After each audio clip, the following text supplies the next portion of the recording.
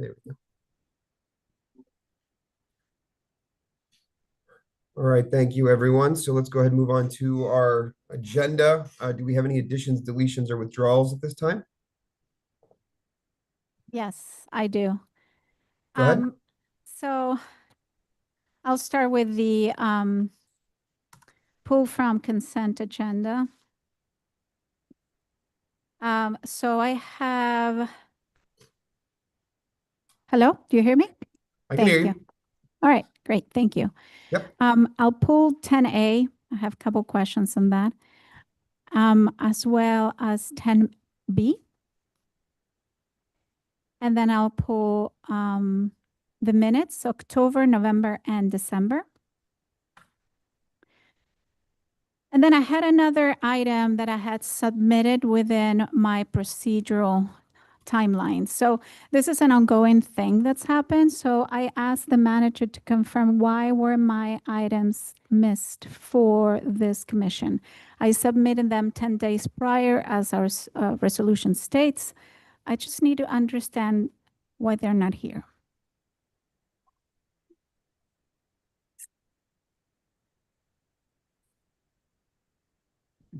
Commissioner, I sent you an email in response to your request. There was an email sent out saying because of the holidays, we were moving the timeline up. I sent out a reminder on that day, the day of the scheduled submittal, and I also sent you I sent it to all the commission a reminder on their calendar when the deadline was. And then I also sent you on that date a meeting invite to go over the draft of it agenda so we could review any of your items that you were submitting, but you declined that meeting. So here's the thing. So we have set resolutions in place, and the manager, as long as I understand it, and you can clarify again, that doesn't clarify why the resolution was followed. We have resolution in place that establishes those deadlines. It's not for the manager to decide what item falls when, if it's early, if it's late. We have up to 10 days. And the prior month, the same thing happened. I didn't get the opportunity to include my items that were delivered a day prior to my deadline. And we had people come over and stage and during public comment say, why were they taking away the opportunity to see that item before discussion happened, which they are right to say. And the same thing happens this month. So what I want from the commission is a commitment that this is still prevalent. When I mean this, I mean our policy. I'm honestly unclear as to what stage. Is this just pertaining me? Or is this just everybody's feeling? I need to understand from the rest of the commission, are we doing this in terms of, is this applicable just to me? I understand the will of trying to be early for the holidays. I was traveling. And the manager cannot just send an invite for December 31st and say you declined it, so I didn't have the opportunity to speak with you. That doesn't work that way. We establish it doesn't work that way. We have procedures in place that doesn't say that. And I hear nothing from the rest of the dais. So I passed a specific item related to cybersecurity. That item was delivered on time with background, and none of that is here today. And so that takes my opportunity as a commissioner to bring forth things I consider to be important. And that had to do with deadlines of Florida statutes, things we needed to have in place. So I just want to understand with the rest of the commission, at least if the majority feel that this is something applicable to all, are we going to start letting the manager decide when the deadlines are? Because if that's so, then come back with a proposed resolution to be changed. And then you can do that. But I cannot be given a rule of games and then not be followed. So I would like you here, Mayor, you're the one in charge of this meeting. I want to understand what your perspective it is, and I want to hear the rest of the commission so that I can decide if I keep the item without public opportunity for it to be reviewed, because if I push it in today, it would be a walk-on item again, and it would not have the supporting documentation, Or are we going to put this on the next agenda? So can I ask one question before I get to the second question? This is kind of a two-part thing, I think. As far as the item goes, would you want it to be walked on at this point without the backup? I'm just asking what your preference would be. My preference is that we follow the resolution, and it should have been here for everybody to see and everybody to comment on, and you all have time to prepare. It's happened in the past, what I've heard, well, we didn't have the time to review that opportunity, the item in time, so the answer was no, and that happened March last year. It happened last month. We're in the same spot. So what I planned on addressing that second part of it of the deadlines. So, but as far as the thing that's right in kind of immediately in front of us right now for your item, do you want to ask the commission if we want to consider it now, or would you want it before the What I commission want with the before benefit of the doing backup? that, so sorry to interrupt. So what I'm asking is from the commission, is it important that we follow this resolution? Does it have a space today if it was delivered 10 days prior? If that's my Okay. sorry, I don't want to. No, I just want to understand, because then we go into, calling 5 minutes for me to speak, and that seems to be okay. So part of our agenda procedures is to allow time for you all to review these items. And we set a time, and that was 10 days. I manage, and I've said this to the manager in writing. It doesn't matter if you send me an invite without no one on the other side confirming it. Doesn't matter. I travel too. I have my own responsibilities, and again, guys, for everybody that's watching for the first time, YouTube, I don't know who that would be, but we do this for $2,000 a month. I'm sorry, a year. Right. Yes. Right. So we all have our lives, our responsibility. We said that before, but here we are again. So what I want, Mr. Mayor, to your question is, before I can decide if it's going to be today or the next month, how important it is that we stay within our resolutions. And I want the commitment from you all, because we need to make sure that this applies to the entire commission. Point of order, Mr. Mayor. Okay. Mr. Attorney, do we have any way you can, or any attorney could bring up, Mr. Attorney, could you bring up the resolution that tells in reference to what the deadlines are? Because I think we do need to, I've had this happen in the past where I tried to put stuff on and I've been told that I can't put it on because it hasn't met the deadline or the backup. I would like to hear Amsla's thing, but I don't want to hear it tonight because it's unfair to her. There is an unfair to the rest of the commissioners not to have a backup, and the residents having a backup. We have to have a backup.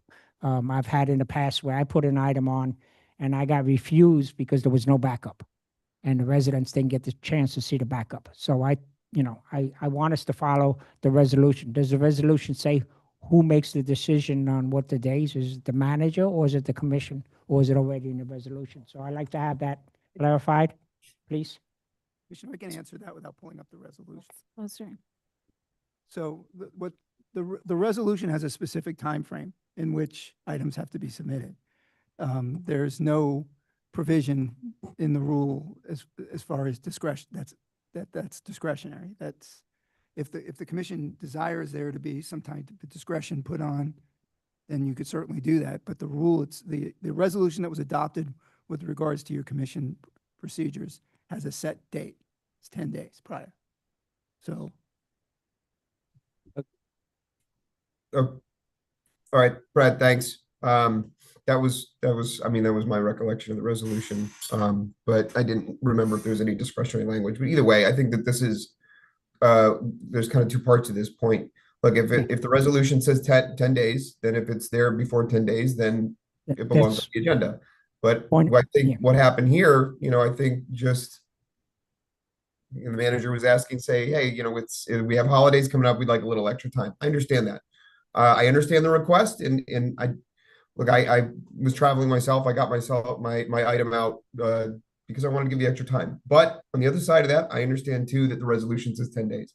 So the resolution says what it says. So if it's 10 days, then it belongs on the agenda, I think. So Thank you. I just wanted to get the confirmation that from the majority of the commission that is important, so that we continue to stand and the policy that we set in place prevails.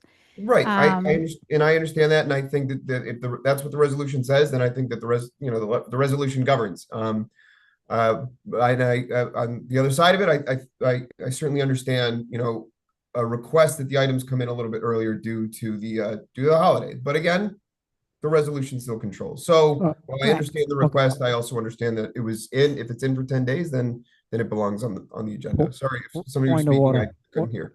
Go ahead. Point of order, Mr. Mayor.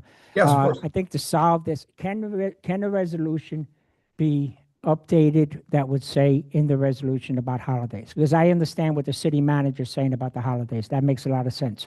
But the resolution does say 10 days. So the commissioner did have her stuff in before 10 days. Yes. I'm going by Right. what she said that she had in 10 days. And so And does the resolution have to be updated, or what can we do that we can put into the you can- resolution? if the majority wants to change the rules at any time, you can make a proposal and a new resolution and leave it to the manager to set up any date he wants. And that's fine. But as of now, the resolution stands. And again, I'm saying this is not the first time. So all I wanted was clarity that this commission feels strong, at least the majority, that we're still following the same policy we have in place. Yeah, because the holidays, I mean, that makes a lot of sense. We have to have with holidays because the office is closed, so there's nobody to get it. So Yeah, we tried that before we switched back. We tried holiday days, we tried business day, and we went back to calendar. Yeah. And that's on. Okay, so that's the resolution, the one the attorney just filed.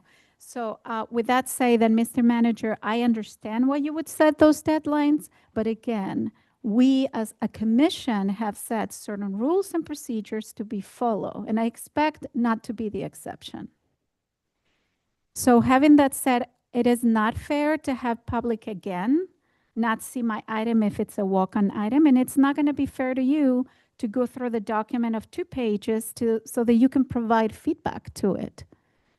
So I have no option than to push into the next agenda. So that will be my first change to the agenda. Okay.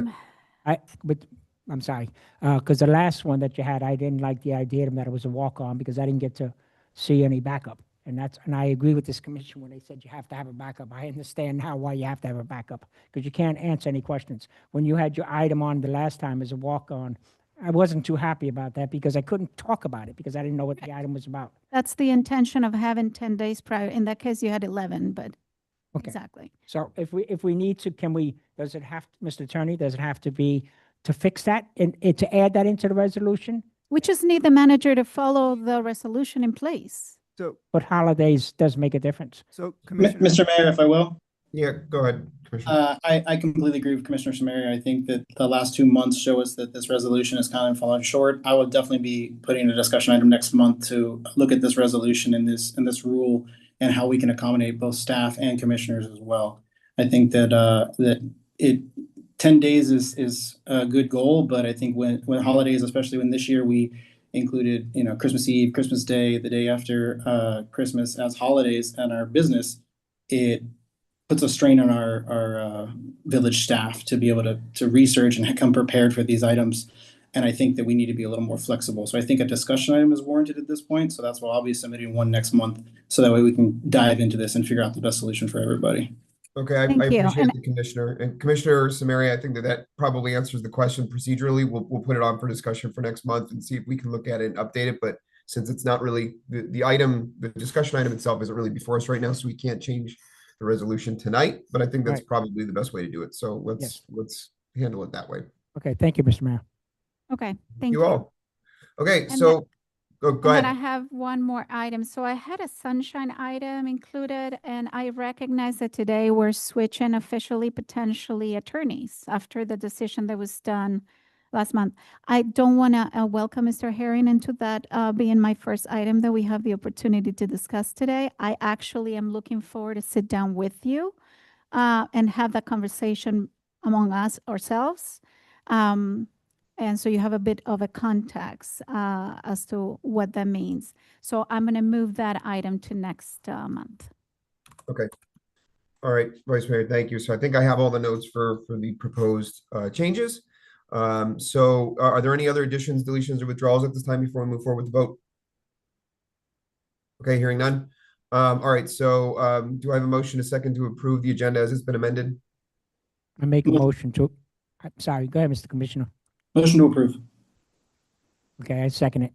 Okay, all in favor? Aye. Aye, okay. All right, so let's move forward with our agenda as it's amended, and we'll move on to our presentations. It's my understanding that we have our District 4 County Commissioner, Commissioner Steinberg, with us tonight. I can't see her, but I think she's there.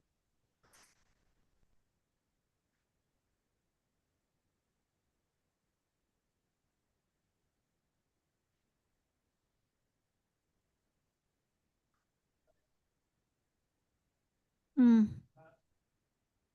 I got it. All right, I'm here. Thank you. I'll be brief. Thank you for having me here today.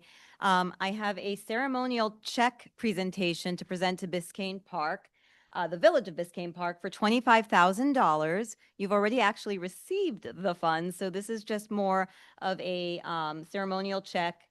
This was actually dedicated for your planting of trees in the community.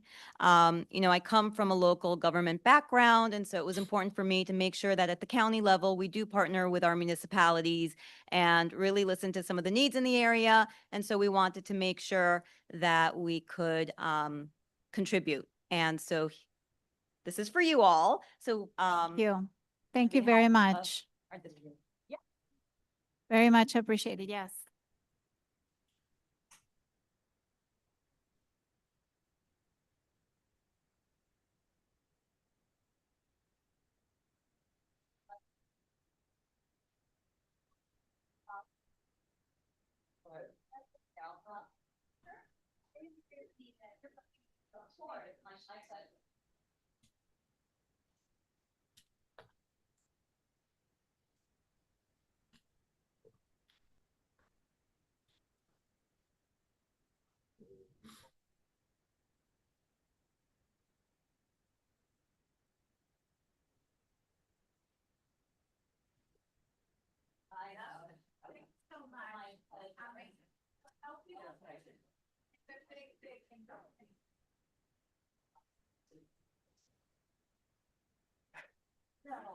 I wish Commissioner Ryan and the mayor was in here to participate in it.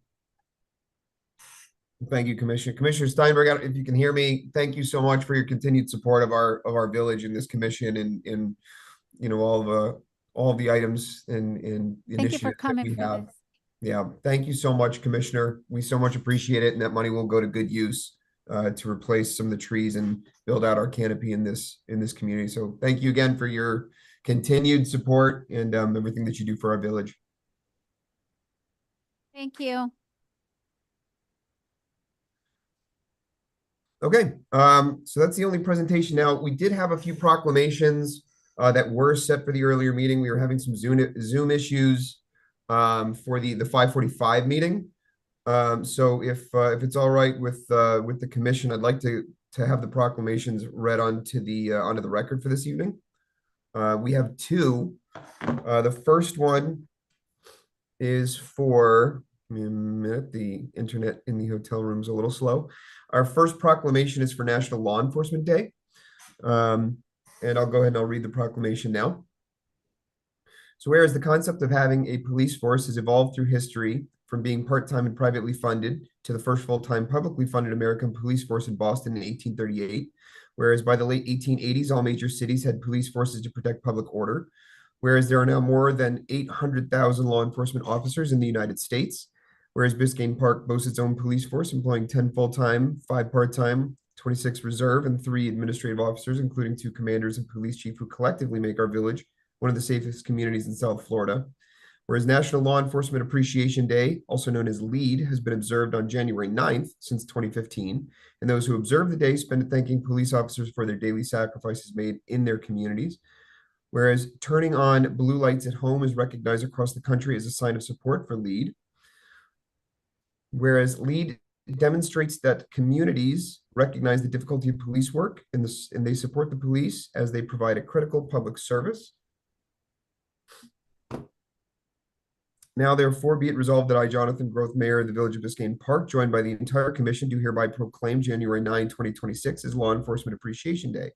and call upon the residents of Biscayne Park to pay special tribute to our local police force by putting blue lights outside their homes, signs of support for first responders, and by personally thanking our officers on duty.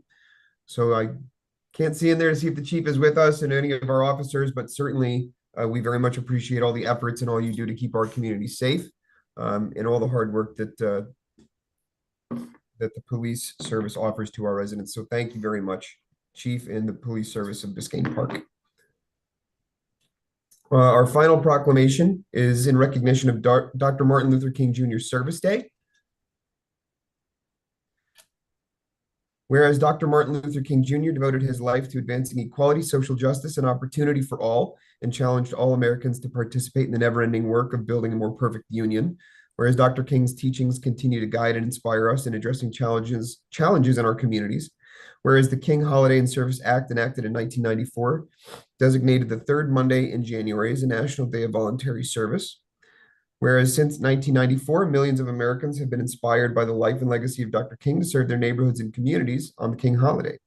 Whereas serving on the King Holiday is an appropriate way to honor Dr. King, meet local and national needs, bring neighbors together, and strengthen our community and nation.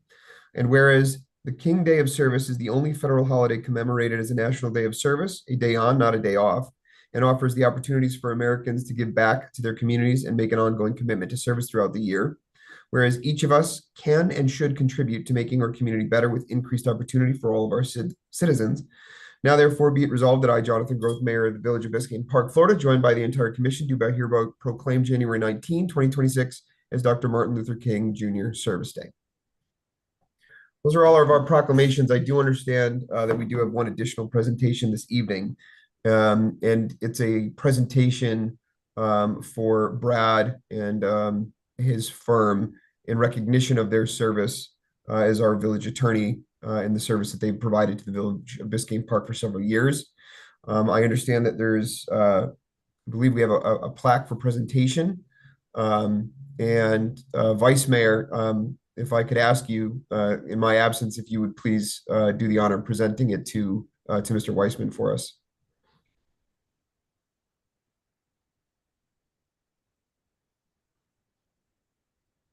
Sorry, I am officially presenting the plaque to Brad, and I'll extend the thank you for the service. The firm has been with us for, is it 7 years?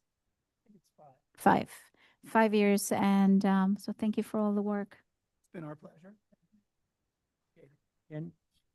Can we, as a commission, get a picture with him there and his city manager? And thank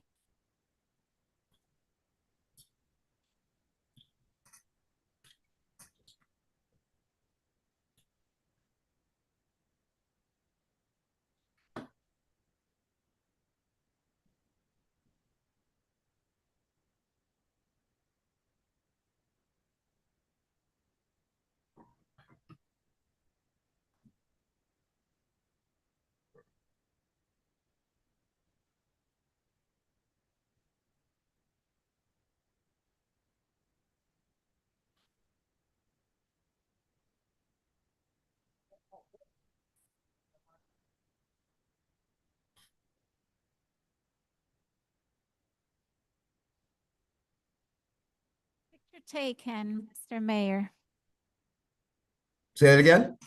Picture taken, so we have Wonderful. memory of it. Yes. Wonderful. Brad, I'm unfortunately not there to thank you in person, but for everything that you've done for the village and for all of your service and hard work, I truly appreciate everything you've done for us, and I would just like to thank you. Thank you. It's been our honor. All right, so I think that concludes our presentations now. So let's go ahead and we'll move on to our public comment. So we'll open public comment starting with folks in the log cabin. Just as a reminder, public comment is limited to 3 minutes per speaker. And please just make sure to provide us with your name and address before you speak. So we'll go ahead and start with folks in the log cabin, and then we'll move on to Zoom from there. So the floor is open. I don't think there's no one want to speak. I don't think so. Thank you, Vice Mayor. I appreciate it. I only have partial I know you view can't see. of the log cabin. Okay. All right. So having Having none in the log cabin that wish to speak at this time, I do know that there's at least one email that needs to be read onto the record, Madam Clerk, that we received. But before we get to that, let's see if there's anyone on Zoom that would like to provide public comment. So if there's anyone on Zoom, please raise your hand at this time. Going once, going twice. Okay. All right, Madam Clerk. Again, I know that there was at least one email, if not more. Would you please read that email into the record? Mr. Mayor, we actually have two. Okay, great. The first one is from Melanie Oliva at 590 Northeast 121st Street. Dear Commission and Village Manager, Happy New Year. My neighbor Vicky Sassani informed you on January 8th that the yellow crown night herons have returned for the season and are now occupying the remaining Australian pines on 121st Street and using the nests that are left there. She received a response saying that you will let North Miami know so the project can be delayed until after they leave. I'm sending this email to serve as a public record and notice to the residents that Biscayne Park has started. The filling of the trees should not occur until after the birds have migrated north. This is in keeping with the Federal Migratory Bird Treaty Act. Thank you, Melanie Oliva. And then the second one is from Dory Zeman, and it says, to me it sounds, it's like saying after nesting season, chop away, which is so wrong on many levels. They haven't even replaced the trees they've chopped down since 2022. Keep on keeping on, Dory Zeman. And that's it, Mr. Mayor. Okay, Madam Clerk, thank you. So we'll go ahead and close public comment at this time. We'll move on to commission reply to comments, if there are any. I do have one question. Mr. Manager, can we just confirm that we'll reach out to North Miami to let them know about the nesting birds having returned to those trees? Yes, sir. We've already done that. Great, okay. So is there any other commission reply to comments at this time? Yeah, just briefly, I just wanted to say that I replied to Melanie online on Nextdoor and told her that the manager had told me that they had told North Miami and that the project had been placed on hold during the nesting season. Okay. Thanks, Commissioner. So if there's no other reply, let's go on to our reports. Our reports will start with the manager. Mr. Manager, would you like to provide your report to the commission now, please?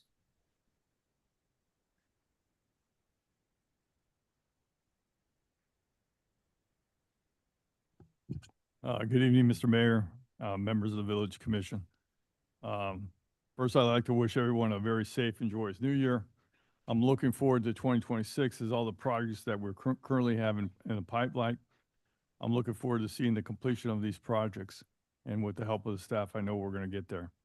Once again, our strategic planning session for 2026 has been set for the afternoon of February 13th and Saturday, February 14th. The planning session has been placed on the village calendar and on the website. I have forwarded an email that I recently received from Mr. Herb Marlowe to all of you that he would like to speak with you briefly before the planning session. He's provided his phone number and contact information. If you could please reach out to him at your convenience. This evening, as you saw, we had a check presented by Commissioner Steinberg for $25,000 for the planting new trees. We had applied for that grant back in October, and we are approved. The funds have already been deposited in our account. The new trees will replace our Australian pines that were removed. We also like to announce that we have been notified on January 5th by the Florida Forest Service, a division of the Florida Department of Agriculture and Consumer Services, that Biscayne Park was selected for $24,750 grant from the 2024 Community Forestry Capacity Grant Program. The village had applied for that grant also back in October of 2025. We'll have a year to complete the requirements of the grant. During this past month, the administration also signed out a closeout agreement with the Florida Department of Environmental Protection for a vulnerability assessment that had been completed and received. had received a grant because of the closeout. Papers had been completed. We had received the grant from the state in the amount of $85,600 for that project. The check was received back in December. We are fortunate in the last year to get that project back on track. We had missed some deadlines and we received the money with the assistance of our consultant and also our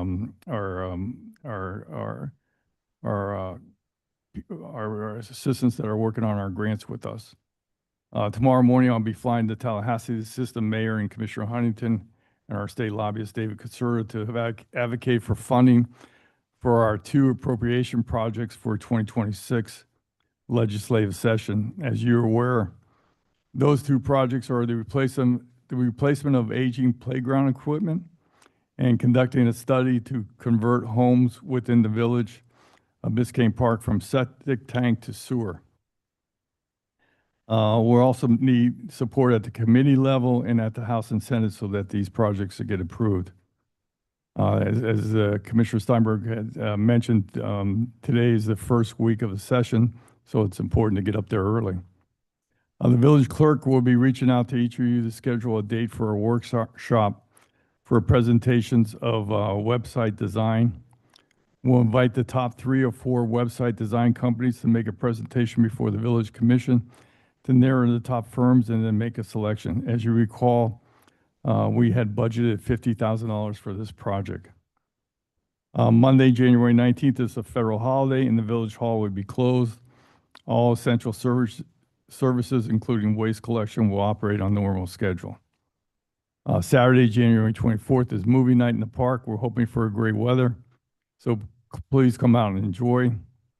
It's a fun night for the entire family. Food trucks will be available to provide snacks.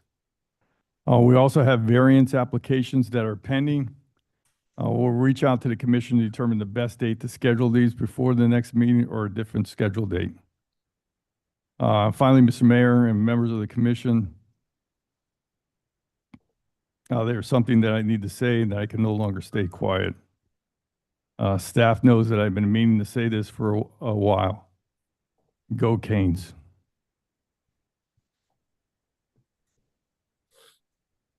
Mr. Manager, thank you for the report. Certainly join you in cheering on University of Miami in this upcoming national championship. When you make sure when you come up here, you bring that winter coat because it's chilly.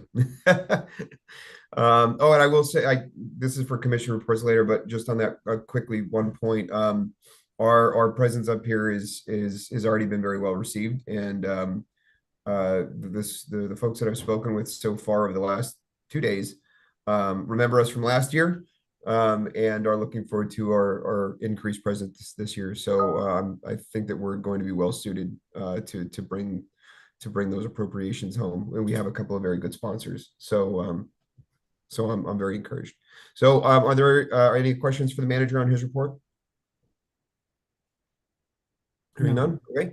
Mr. Mayor, if you will, the only thing I have is echo what the manager said, is supporting our University of Miami Hurricanes as they compete for the national championship on Monday, and concur with you that it is very cold up here. It is. I arrived only an hour ago and the heat was not on the Airbnb, and we were pretty cold here, but surviving. Yeah. And that cold's going to be following us back to Miami. Okay, so let's go ahead. Are there any questions? I'm going to move to these reports. I'm just going to try to do this kind of at the same time. If there's any presentation for the building report, and if not, are there any questions about it before we move on? None? Okay. Let's move on to 8C, our code compliance. Any presentation or questions about code compliance at this time? All right, hearing none.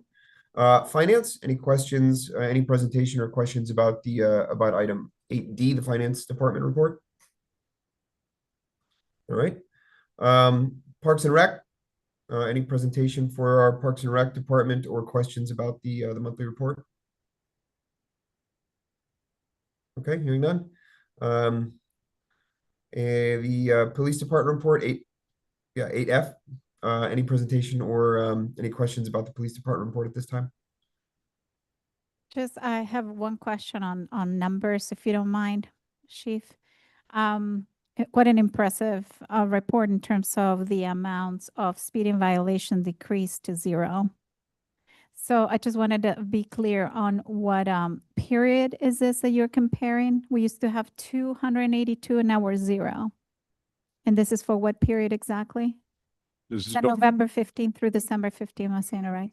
that's correct. Got it. Well, it's a congratulations to you and your team. Thank you.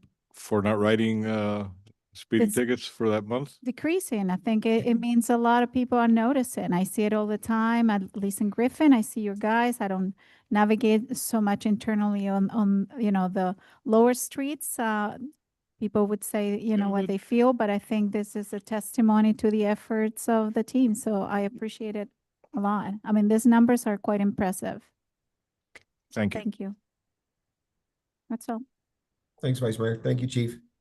Okay, our final department report is for Public Works. Is there any presentation or any questions about the Public Works Department report this evening? Okay, hearing none. All right, so let's move on to our commission reports. I'll just open it up to the commission on if anyone would like to get us started.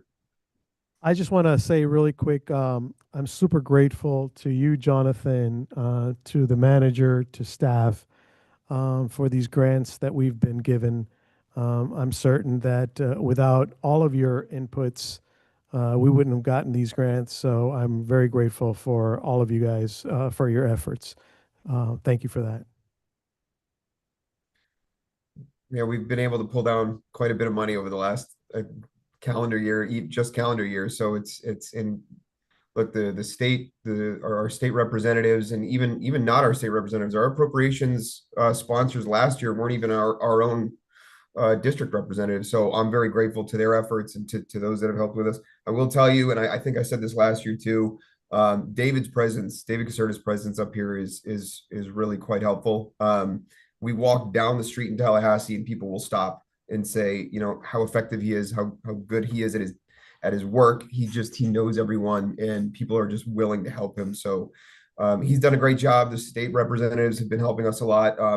Commissioner Steinberg's office has been so helpful.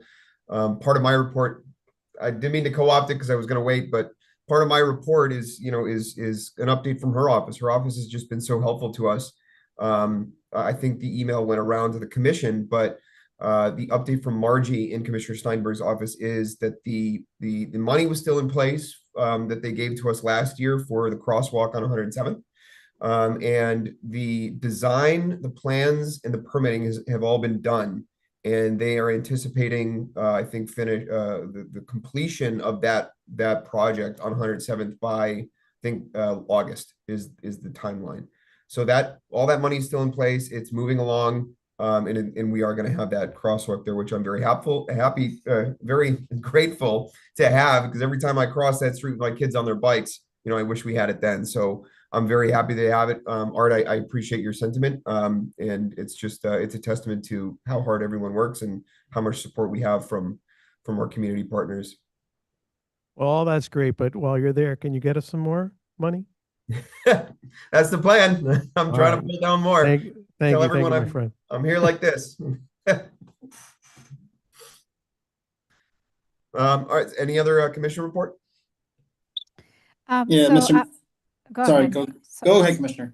It'll be quick. I just was part of the best practice conference. That's where the idea of the cybersecurity item came from. The meeting was extremely informative. I met a lot of people. It was great to hear from other partners and, community leaders on the challenges that they have in cybersecurity. Definitely shake my head as to many things. So that's coming on the next agenda. And the same thing, I just wanted to highlight how I think it's impressive that we're getting this money. And I'm absolutely in echoing here to what Commissioner Gonzalez said. I think without everybody's help here, this wouldn't happen. And I'm very appreciative of that. And to hear your update on the crosswalk, that was going to be one of my questions for you today. So I appreciate that as well.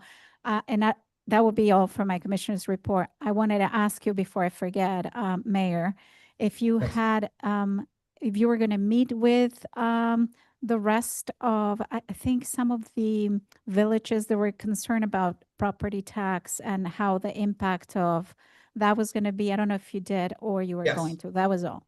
Yes, good question. So I appreciate that. And Commissioner Huntington, I'm sorry, I'm buttoning it again. But I appreciate you reminding me. Yes, we did have a meeting. Just a few weeks ago, Mayor Cava convened a meeting with all the counties of Miami-Dade to talk about updates to property tax and what the proposals were. I'm going to be very high level with it because, you know, we were there for a couple hours. But very high level at the time, and things are changing very rapidly with the property tax proposals. It's my understanding let me back up. At the time, there were 8 different proposals up here with the legislature on how to change property tax. Some that made some very, very significant and critical changes that would pretty negatively affect our Biscayne Parks budget and revenue from property taxes. And, you know, that was the one comment I do remember we talked about this the last meeting. That was the one comment that I'd made when we kind of went around the round table, was that, you know, effectively, you know, doing away with property taxes kind of destroys us as a municipality because 80% of our budget comes from that. So the message was well received. And what I will tell you is that everyone is very sensitive to the fact that municipal services are very, in large part, funded by property tax. And that wasn't just down in Miami-Dade County. You know, the county further went over, you know, how the county budget would be affected by it, which, you know, certainly impacts us, of course, but more immediately, a significant change to property tax, it completely does away with all of our money. There was no discussion, and I don't believe there's still been any discussion on how that money would be replaced, how that revenue is replaced for municipalities. But again, as I mentioned, it's constantly changing. And as I understand it, I don't know what's going to happen. That's what they're here for session 4. But I understand that one of the proposals that's likely to make it out, if any do, would be far less impactful than we first thought. That what is one of the proposals that is getting a lot of support is an increase to the homestead cap rather than a change to how property tax itself is levied. So it sounds, people up here, even here in Tallahassee, they're very aware that municipalities would be very negatively affected by a significant change in property tax. So it's lost a little bit of its muster, I think, in that respect. But yes, so we had that meeting in the county. The county also expressed a sentiment to make that meeting kind of reoccurring, either every 30, 60, 90 days, whatever, so we can continue to all get back together and share concerns and share ideas. So it's changing, but there's going to be some sort of resolution, I think, during this session of how it's going to be handled. The governor this morning we were at the opening ceremony for the Senate. We went to the opening ceremony for the House, and the governor, during his State of the State address, talked about it again. So it's queued up for kind of a showdown. So we'll see what happens. But the county's very aware of our Biscayne Parks position. And the state legislature is very, very understanding of how it would impact municipalities such as ours. Thank you. I did have one other thing, but Commissioner Huntington, go ahead. Thank you, Mr. Mayor. You may have noticed, I'm not in the log cabin tonight. I already announced that I have traveled up to North Florida. I'll be meeting with the mayor, manager, and David Caserta tomorrow to spread the good word of Biscayne Park, and hopefully we can help move these appropriations along. Also announced that next month I'll be traveling to Washington, D.C., where I have thank you, Mr. Manager, for helping me secure a meeting with Congresswoman Frederica Wilson. I'll be meeting with her and also sharing our story of Biscayne Park, and hopefully understanding the federal appropriations process and see if there's anything we can do. We'll work with her office for a federal appropriation.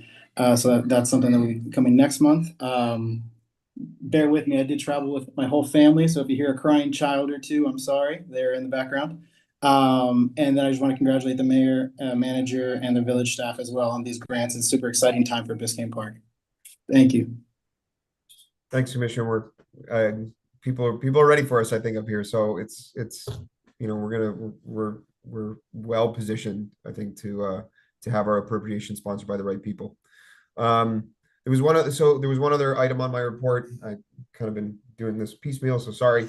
But we are still on track to deliver kind of our first, I shouldn't say first, I don't know if it's our first, but in my understanding, our first State of the Village address. Right now, one of the formats we're kind of looking at is more of a modern format in delivering kind of an update on all of our departments, each one, where they've been, what they've been doing, where our capital projects are, which ones are being funded.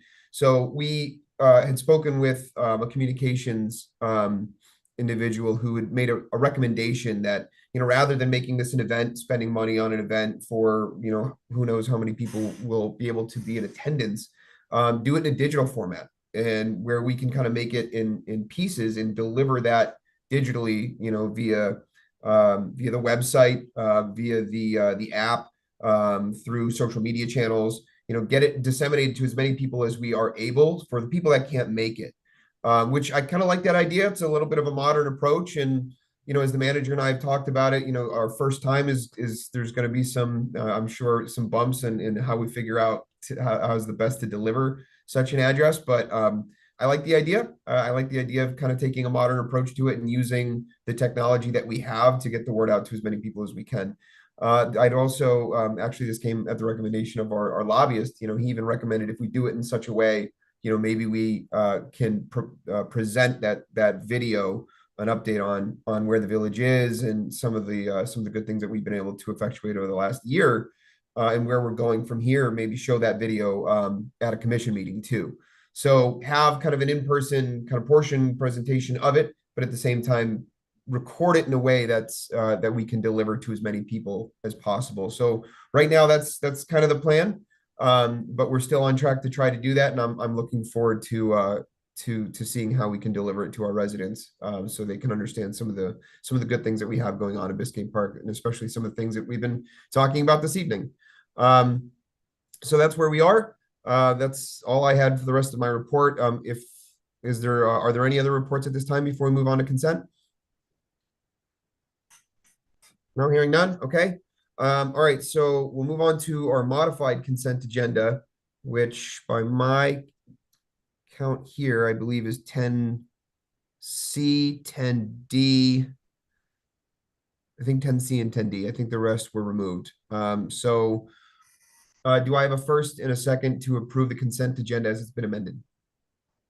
I make a motion to approve the agenda. Second. Amended. Okay, all in favor? Aye. Aye. All right. So those items are approved. And that was, what did I say, C and D? The interlocal agreement with Miami-Dade County are 2026-03 and 2026-05. All right, so that means our first item up for our resolutions is going to be what was 10A. So that's resolution 2026-01. Brad, could I ask you to please read the resolution on the record for us? Yes, sir. A resolution of the Village Commission of the Village of Biscayne Park, Florida, reaffirming and approving a memorandum of maintenance agreement with the City of North Miami for the medians located along Northeast 121st Street from Griffin Boulevard to 10th Avenue, authorizing the village manager to execute said agreement and do all things necessary to effectuate this resolution, and providing for an effective date. Okay, Brad, thanks very much. Do I have a first and a second to move to discussion? Yeah, I make a motion to approve resolution 2601, reaffirm and approve. Thank you. I'll Second. second for, Okay. All right, all in favor? Aye. Aye. Okay, so Vice Mayor, I think that you had asked this one removed. You had a question about it? yes, just a quick one for the record. So it's a question I asked the attorney before, but my doubt here was, why are we not signing a 2026? And we have to go all the way back to 2019, considering this is effective as of now, or we have to be retroactive in this case. Mr. Mayor, if I may respond? Of course. So just so the background, just a very brief background. So this was something that you all, when I say you all, the village approved back in 2019. You approved this Yes. memorandum maintenance memorandum with the city of Miami, I'm sorry, of North Miami. For whatever reason, the actual agreement was never executed by the village. It was executed by North Miami. As far as North Miami was concerned, it was in full force and effect. However, for whatever reason, the village never formally executed it. In conversations with North Miami as to how to effectuate this memorandum and to bring it full force and effect, so it's binding on all the parties, there was a discussion, as the Vice Mayor has suggested, is to enter into a new agreement. That was not the desire of North Miami. They had the agreement already approved. They didn't see any reason for it to go back to their commission. Yeah. I don't necessarily disagree with them. Yeah. So it was a matter of how do we formally get this executed so that it's fully executed by both parties. Yeah. The manager and I had a discussion about that. Quite frankly, we could have just brought it to the mayor with the minutes indicating that the resolution had been approved back in 2019 and had the mayor execute it. However, since either all or none of, either maybe one or none of you were on the commission back in 2019 when this was approved, we thought it would be more prudent to bring it before you so you're all aware of it and aware of the situation and ratify it as opposed to a re-execution. Perfect. Thank you. And I appreciate that was done. So one of the questions I had for this item was, we did have expenses related to the removal of some of the trees in 121st, which is their border. And at some point, Mr. Mayor, I think it was either you, one of the commissioners, I don't remember who it was. We talked about having a negotiation about them covering some of that expenses since we share that. This making it retroactive to 2019, considering for what I read in the memo, they are responsible for the removal of the trees and the treatment of the tree, if I'm not mistaken. Is there a way that we can go and try to access some of the money that was invested by the village by doing this work obviously without us knowing, since this resolution wasn't active? That's a question for the manager. Yeah, we did have that conversation with the mayor in Yeah. North Miami, Al. For the life of me, I cannot remember. I know we talked about the remaining trees and how I think they agreed to take to remove them when the time came. But if I remember correctly, I think they said that they would be reimbursing us for what was spent just for the trees on 121st. Wasn't that correct? Yeah, Mr. Mayor, if you recall, the mayor was going to speak to the manager. That's So right. I don't know if that was ever done or not. Well, I'd be happy to reach out to him and Yes. kind of pick that thread back up, because when we went, my recollection is that when we went, everything had kind of been put on hold, so nothing was moving forward. So we weren't asking them to remove the trees at that time. And then you're right that they would be talking about it. Again, my recollection was that he said it wouldn't be a problem. Let him talk to the manager, because in context, what we were asking for was a very small amount of money, considering how large their budget is. But yeah, we can reach out to them and figure out where we left off and pick it back up. I appreciate that. Thank you. That was my only question. So I'll look forward to see what they have to say. Okay. All right. Thanks, Vice Mayor. Are there any other questions about this resolution? No. Okay. All right. Well, we already have a motion and a second on the floor. All in favor of approving the resolution? Aye. Aye.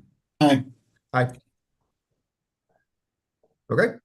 Very good. I think our next one was 10B, which is, well, what was formerly 10B, Resolution 2026-02. Brad, would you be so kind as to please read it on the record for us? Resolution of the Village Commission of the Village of Biscayne Park, Florida, approving the purchase of a Skag Tiger Cat 2 52-inch riding lawnmower from All Dade Lawnmowers, Inc. in an amount not to exceed $10,451.22, authorizing the village manager to enter into a purchase agreement with All Dade Lawnmower, Inc. and do all things necessary to effectuate this resolution and providing for an effective date. Okay, Brad, thanks very much. Do I have a motion, a second, to move to discussion? Motion to move to discussion. I second it. Okay, Vice Mayor, I think this was one of the ones that you'd asked removed. Yes, Floor is just a yours. quick one as well. So I understand this is over the limit, so it goes, the 10,000, which would be the bidding, how do you call? So yes, so it's Okay. $451.22 over your 10,000 limit, which would require a competitive bidding, well, Correct. sealed bids essentially. So what the manager is seeking. It's approval. I is a understand. waiver so that you can purchase there were quotes obtained, three Yes. quotes obtained. I saw that. And the manager is recommending both the waiver and the approval of the contract with this particular vendor as being the most responsible bidder. Perfect. So thank you. I saw that information and appreciate it. So my question here is to the manager. So this is basically, so we need this because there is no other homeowner that we have working. So it's basically, it's a must that we have insufficient time to go through bidding. And of course, it's $500 over the spend. Question? Yes, it is. Yeah. You're correct. Yeah. Yeah. So I'm saying that 451, I understand it's over the limit, but the way you're bringing it forward is because there is insufficient time and operational necessity. I'm trying to understand in the charter, since, what do you base yourself to bring forward? It's not that it's $400 extra, it's because we need it. There is no other one. Right, yes, Commissioner, if you had read the cover memo, we maintain the mediums, retain the properties around this building, recreational center. There's a wide variety of properties we maintain. We have two others that are very old in our fleet right now. So this is a necessary purchase item, especially with the upcoming summer months ahead. So we need this. I appreciate it, just for the context on how we are presenting this to bypass the bidding process. I'm okay with that move forward for approval. So I'll make a motion to approve. I'll Okay. second it. Okay, all in favor of approving the resolution? Aye. Aye. Aye. Okay, resolution is approved. So our next one, I think, are the 10D. minutes, E, F, and G. So maybe this isn't the best way to do it, but Vice Mayor, you can certainly just let me know. I'm just gonna lump these all together, if that's appropriate. If not, certainly just let me know, but they're not by resolution, so I just ask you, give you the floor. So here on the October, the minutes for October 7, there's some references as making changes, and it references November on it. To be honest with you, I wasn't sure what I was reading, so I don't know if it needs to be looked into again, Pamela, but there are mixed dates suggesting it's November when it's October. That's for the October minutes that was presented. And then let me go back to my notes. For the November agenda, this was a sort of a back and forth we had. Commissioner Amsler asked why the item was before the commissioner. The commission manager, Childress, explained the process of obtaining 3 bids. This was a conversation we had, if you'll recall, about the minimums required for commission presentation. I just wanted to state for the record, it wasn't that I was asking the manager to explain the process. I was asking why is it included as a need for commission approval, and the attorney made a clarification that it wasn't. And I would like that to be on the record. It didn't need to come for commission approval. And that wasn't stated, so I want to make sure that it's there, since this was a conversation that I led. So, Mr. Mayor, if I may, just as a point of procedure. Certainly, Yes. certainly. So just so the record is clear as to what we're doing with each set of minutes, Yes. maybe the vice mayor because she's the one that pulled the minutes from the consent, take 1 minute at one of the minutes at a time. Yeah. And if one is being pulled and deferred to a future meeting, that we just make that announcement. Okay, If another one is just a correction, that there's a motion to move the minutes to approve them as amended, we would make that motion would be made and then voted on, so it's clear as to what's happening. okay. Okay, So- I understand that. So I think, Vice Mayor, I don't want to certainly take the words out of your mouth, but I think with, at least with the respect to the first item, which is the October minutes, were you referring to, it's on page 4, I think. It says that items to be moved to November meeting. Is there a specific spot? That might not be the right place that you were mentioning, November being referenced in the October minutes. Yeah. That's what I meant. So the motion by Vice Mayor Sumerian, seconded by Commissioner Amsler to move 9C, E, and I to the village manager's report at the November meeting. It says here, a motion by Vice Mayor Sumerian, second by Commissioner Amsler to move blah, blah, blah. Managers about at the November meeting was made by Vice Mayor Sumerian, second by Commissioner Amsler at a vote 5-0, but that's a October report. So if that is just a change of the month, I would suggest that's done. And then next it says, a motion to approve the consent agenda was made by, and it's clear, there's nothing in it. So I So think if- this is probably more than just a correction of a, That's what I'm saying. I was going to Typo. suggest, if you want, I can have a one-on-one with a clerk and send it by email, and then she can bring them back on the next agenda so that we don't have to go over one by one. it's fine by me. I don't have an issue with it. I just asked for consensus amongst the commission well, that's for the October one. So let's go one by one to Brad's point. So for that one to correct at least those 2 items that the Vice Mayor has pointed out, does the commission have any issue with the Vice Mayor providing the corrections to the clerk and then bringing it back? No. No, I have no issue. Okay, Thank you. so that's good. And then the second one, the November one, that one again was a little bit more substantive than just kind of a correction. Because it was a correction, it was more of a correction to a description of a discussion. I mean, you've already mentioned what it was, but maybe you can just kind of put that into a narrative format to provide it to the clerk so she can add it to that section. Yeah, so what I want is clarification. So that was in the minutes, there was a resolution.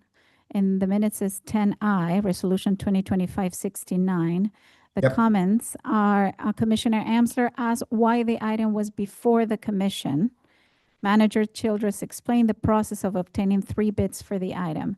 So my point during that item wasn't to ask why it was in the commission. My item was, why does it need a commission approval? The manager explained that it was within the purchasing power, he needed to bring 3 bids for approval, and the attorney confirmed that's not what the code specifies, the code of charter, you correct me, specifies. So I just wanted to make sure that clarification stays, because I think it's important. That's fine. Again, I'll just ask for if the commission has any issue with You the Vice clear? Mayor providing that information. So there would be a motion to approve the November minutes as amended, as proposed by the Vice Mayor. Yes. Okay. So what Brad said, do we have a motion? I make a motion. Is there a second? Second. All in favor? Aye. Aye. Aye. Thank Okay. you. And then there was one more. Where'd my agenda go? We've got a ton of tabs open now. The December one. Yeah, let me get to that one, please. Sure. So on that one, Pamela, I just didn't know if you had made the point that I try to bring forward an item to the commission during the December that was supposed to be within the deadlines. I would like that to be stated. It says, add village attorney to village, So here, Commissioner Amlett request and move it items 9A, blah, blah, blah, consent to the legislature and adding 2 walk-on items for discussion. I would like to state that it wasn't walk-on items, were within the deadlines that I had been given, and that there was a discussion about the deadlines, please. So Brad, can be Want me the to state same. the motion? Would you like me to state the motion, Mr. Mayor? Sure. Thank So you. it's a motion to approve the December minutes as amended, by adding the language that the vice mayor is asking to be inserted. I Thank you. believe is in section 4, second paragraph of the minutes. Correct. Correct. Okay, so Thank do you we have for a that. motion to do as I make a- Brad I stated? make a motion on what the attorney said. Okay, do we have a Thank you, second? Brad, for assisting on that motion. Thanks. And do we have a second? A second. Okay, all in favor? Aye. Aye. Aye. That's it. Okay. All right, thanks, Vice Mayor. So Thank you. let's, that takes care of the items that were on for the consent, or that were pulled from consent, moved to resolutions. It seems as if I may have jumped the gun because that probably should have been under 12, so my apologies, but let's go ahead and move on to our ordinances. And our first ordinance for the evening, both are on second read. Our first ordinance for the evening is ordinance 2025-03, which is on second read. So Brad, would you kindly please read the ordinance for us? Yes, sir. An ordinance of the Village Commission of the Village of Biscayne Park, Florida, amending section 18.4 permitted days and hours for construction work of chapter 18 construction of the Village of Biscayne Park Land Development Code by prohibiting construction work to be performed on federal holidays, providing for inclusion in the code and scrivener's errors, providing for conflicts, providing for severability, providing for repealer, and providing for an effective date. Okay, thanks, Brad. Okay, do I have a Aye. motion? Yeah, I make a motion to ordinance 2025-3 construction holiday hours. Okay, thank you. Do we have a second? Second. Okay, is there any public comment on this ordinance before we move to discussion? Yes, there is. Thank you, Vice Mayor. I can see, I think I see Janie on the fringe of the camera there, so, but it's still hard to see. Yes, it's Ms. Anderson.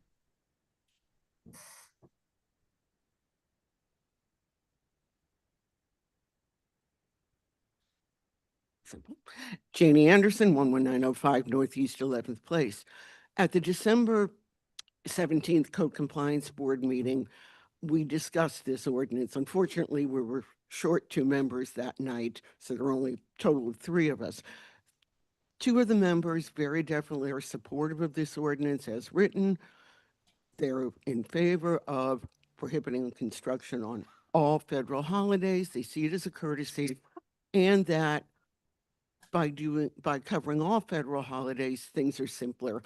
They know that with the exception of Christmas, New Year's, and Thanksgiving, I'm not in favor of the ordinance, and they knew I would be sharing my objections. I just feel strongly that the potential is that there will be a hardship for most do-it-yourselfers who are now down to only 1 day a week that they can do any major changes on their home, any major projects, and not even a Saturday if 4th of July happens to fall on a Saturday. If they're doing projects that need table saws, wet saws, whatever, anything that makes noise, and it usually is used outside, not within the confines of the walls, they can't do it. They're building a deck, a patio, fence, can't do it. And I would ask, I know we've become frustrated with the level of development and the tear downs and the attitudes of some contractors. But my concern is that in that frustration, we are losing sight of being fair to individual homeowners who are simply trying to make improvements. And I would also ask you to bear in mind, code does not work on federal holidays. Therefore, it will be police time for any enforcement. However you decide to go, I strongly urge you to list all holidays that you intend this ordinance to cover. My reasoning is that anyone working in private industry, a significant number of these holidays are not observed. So it's not going to be top of mind when you're scheduling work or planning work yourself to think about, oh, wait a minute, that's a federal holiday. And I'm a strong believer that every effort needs to be made on every ordinance to make everything as clear and non-ambiguous as possible. I don't like seeing people learn things the hard way. So if you make no other changes, at least please add those days. Thank you. Thank you. Okay, thanks. Let's go ahead and move the item. If there's no further public comment, first, going once, going twice. Okay. All right, so let's go ahead and move this item to discussion. Um,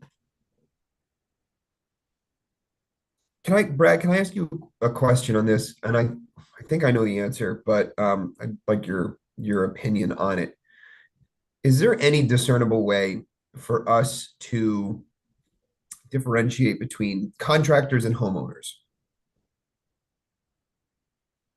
I don't think there is, but I don't think so, because then you're essentially, what you're doing is you're treating two different classes of individuals differently. right. So, who are performing the same function. Well, and So- yeah, that's kind of what I figured the answer was going to be. And then also too, even if we were to try to define, homeowner versus contractor, a homeowner contracting the work out is still a homeowner trying to improve their home. But what about, Sorry, and I think you end up running into issues with enforcement, just from a practical standpoint. Because then you're gonna have situations where, okay, this is my friend that's doing this, where it's you essentially have a contractor that's doing it. So I think I think you're gonna run into enforcement problems if you try to make that distinction at any rate. yeah, and the other question that I have, I think it kind of falls within the same category of explanation is if you start if you start being selective on which holidays you're going to enforce certain ordinances, do you foresee any issue where you're granting preference to one holiday over another? In that's in the context, I guess. I don't know. I've Let's never start there. s- I've never seen that done, but I could see the potential of somebody raising a claim. If, why is this allowed on one particular holiday as opposed to another? Mhm. Especially depending on what the subject matter of the holiday is. So that's and that latter part of the explanation is where I saw, it become maybe potentially problematic. Um, I understand, and I know, Janie, I know you mentioned this to us in the past about, about the enforcement, and it's well taken and well heard. I appreciate the perspective. I just don't know that there's a way around it. But I mean, I'd be open to the opinions of the rest of the commission if there's another way that the commission sees on trying to effectuate the change that we mean to, and when we set out to bring this ordinance forward.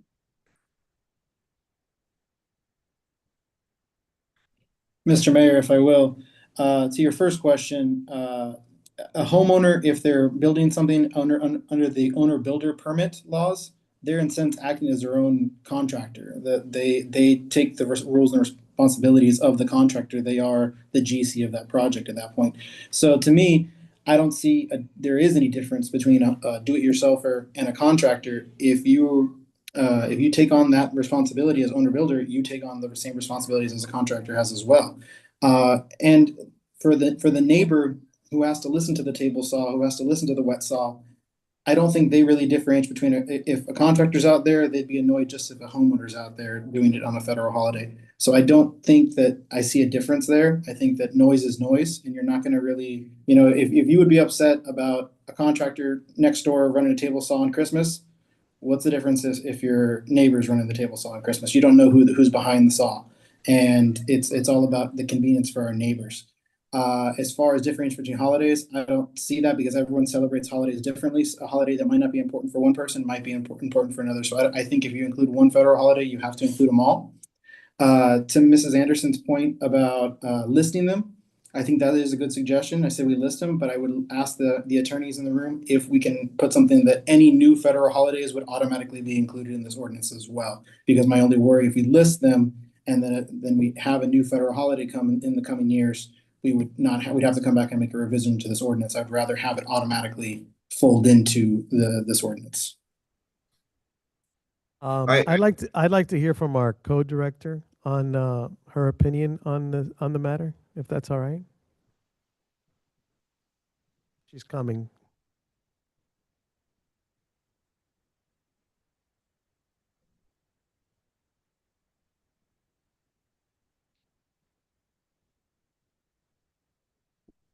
Good evening, everyone.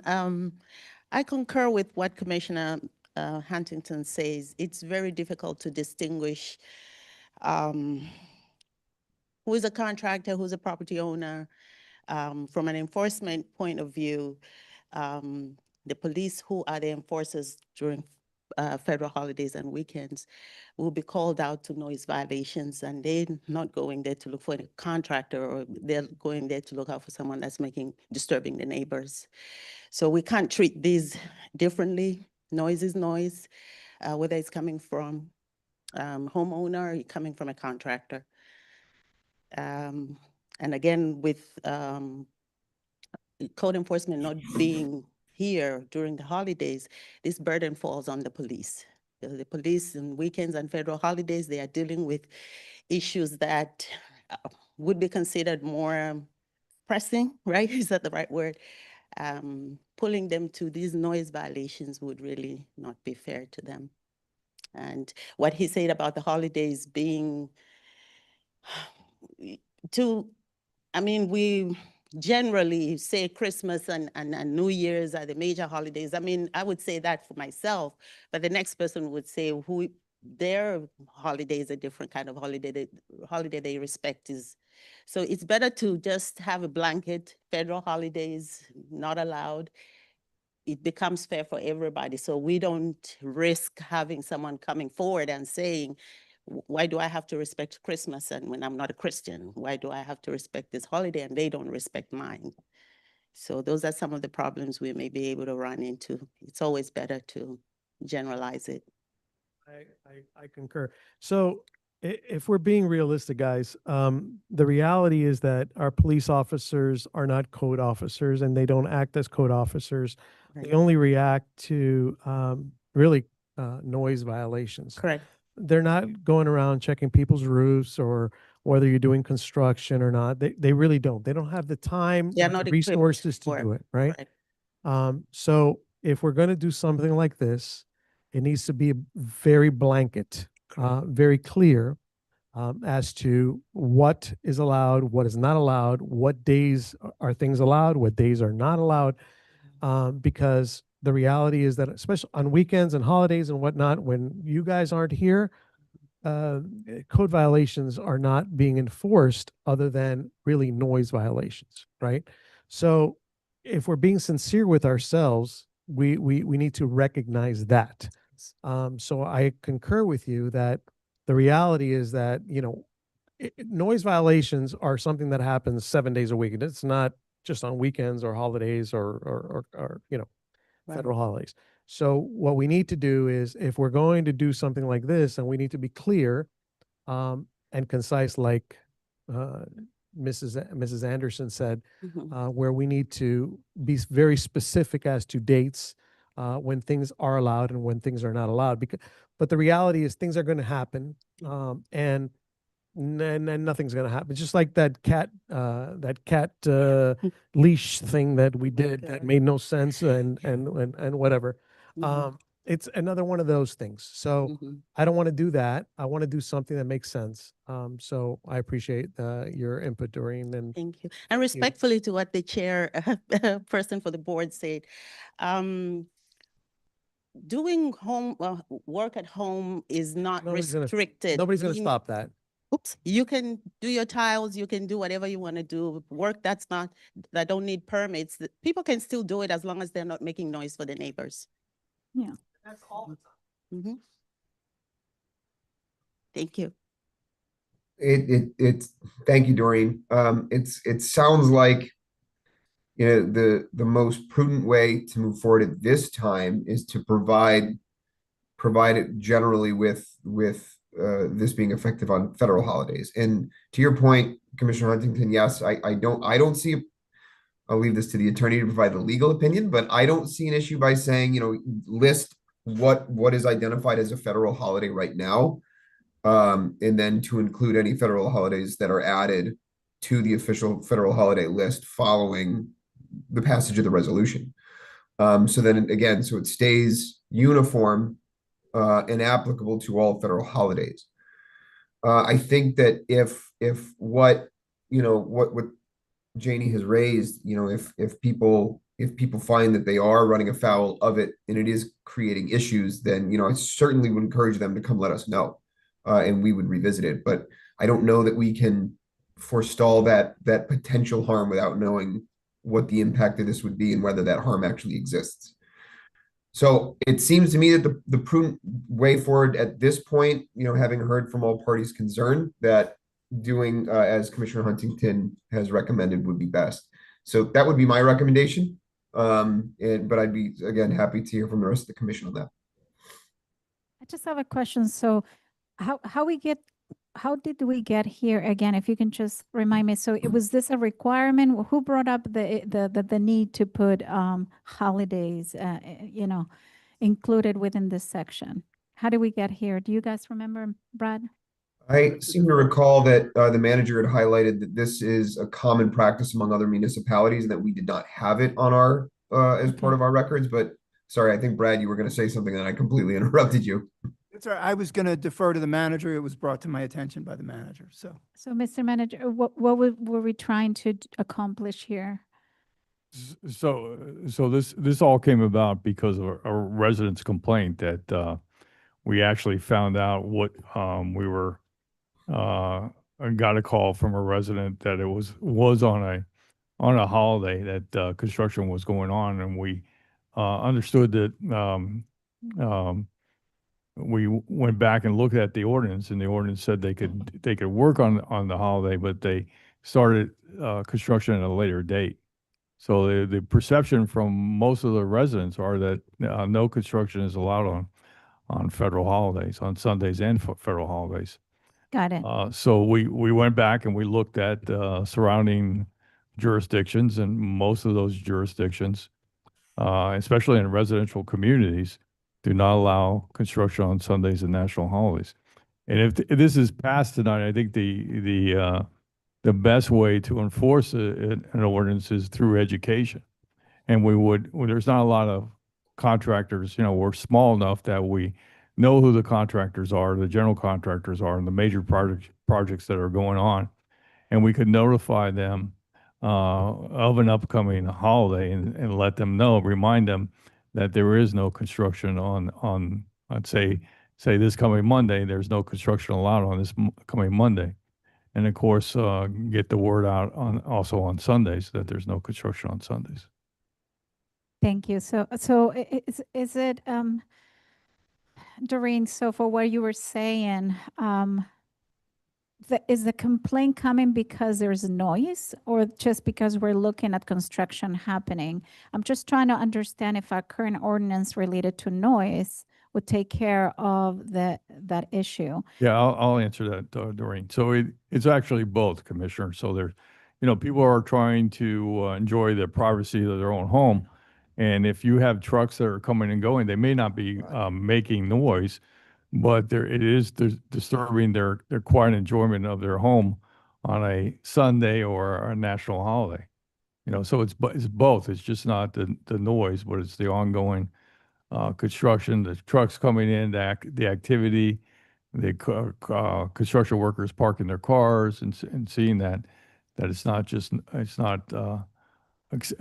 something that you want to see on a Christmas morning. Mm. Okay.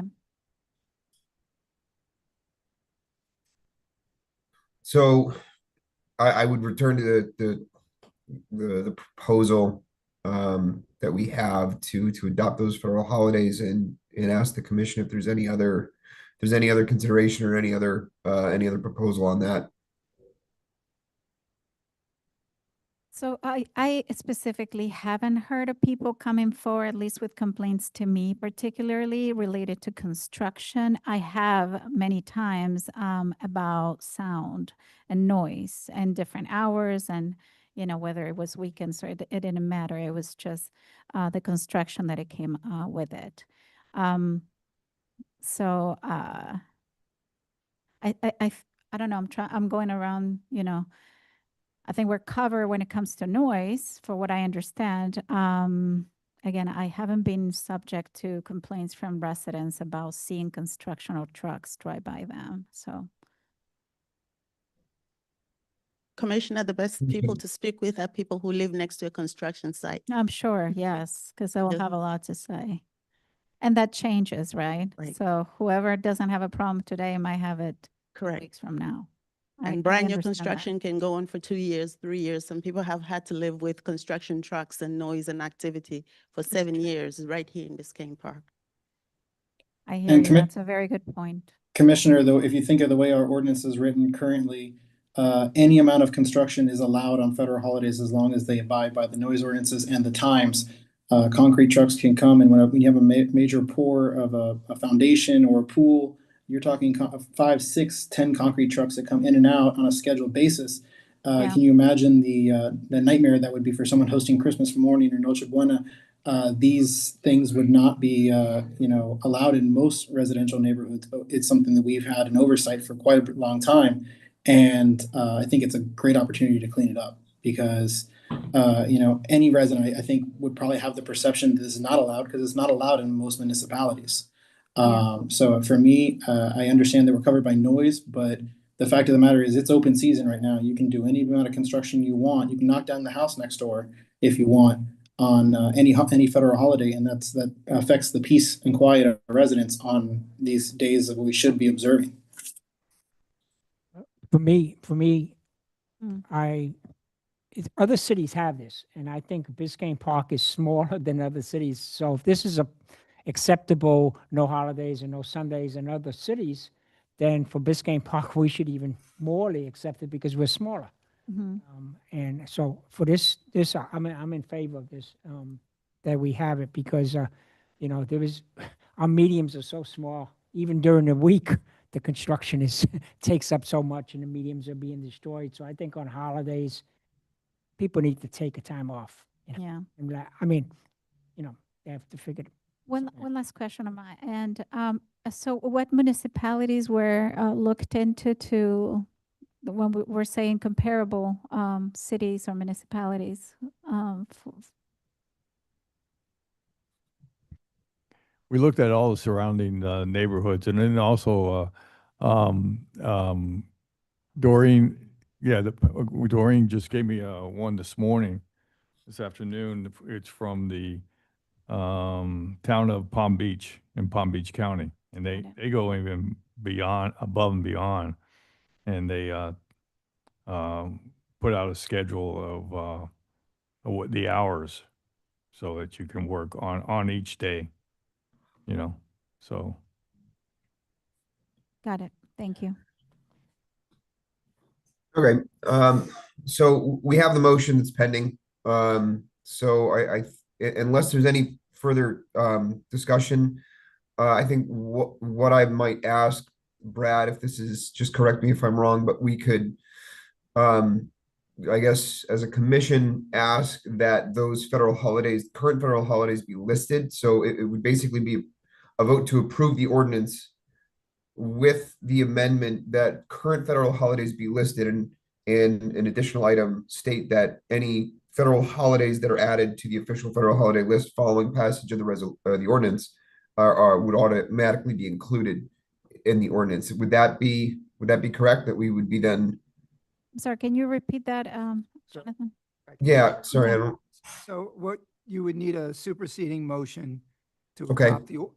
adopt the ordinance as amended with the amendment that 18.4.1.3 will list the actual federal holidays that exist under the Federal Register as of the date of the adoption of the ordinance, and include any newly adopted federal holidays or any newly designated federal holidays adopted by the federal government. Okay. Well, Commissioner Huntington, since it was your idea, do you want to make the motion?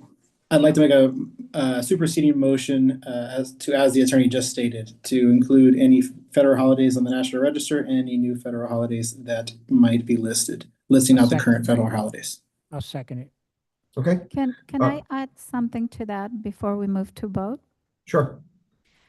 So I think it was an important thing to note that this is about education.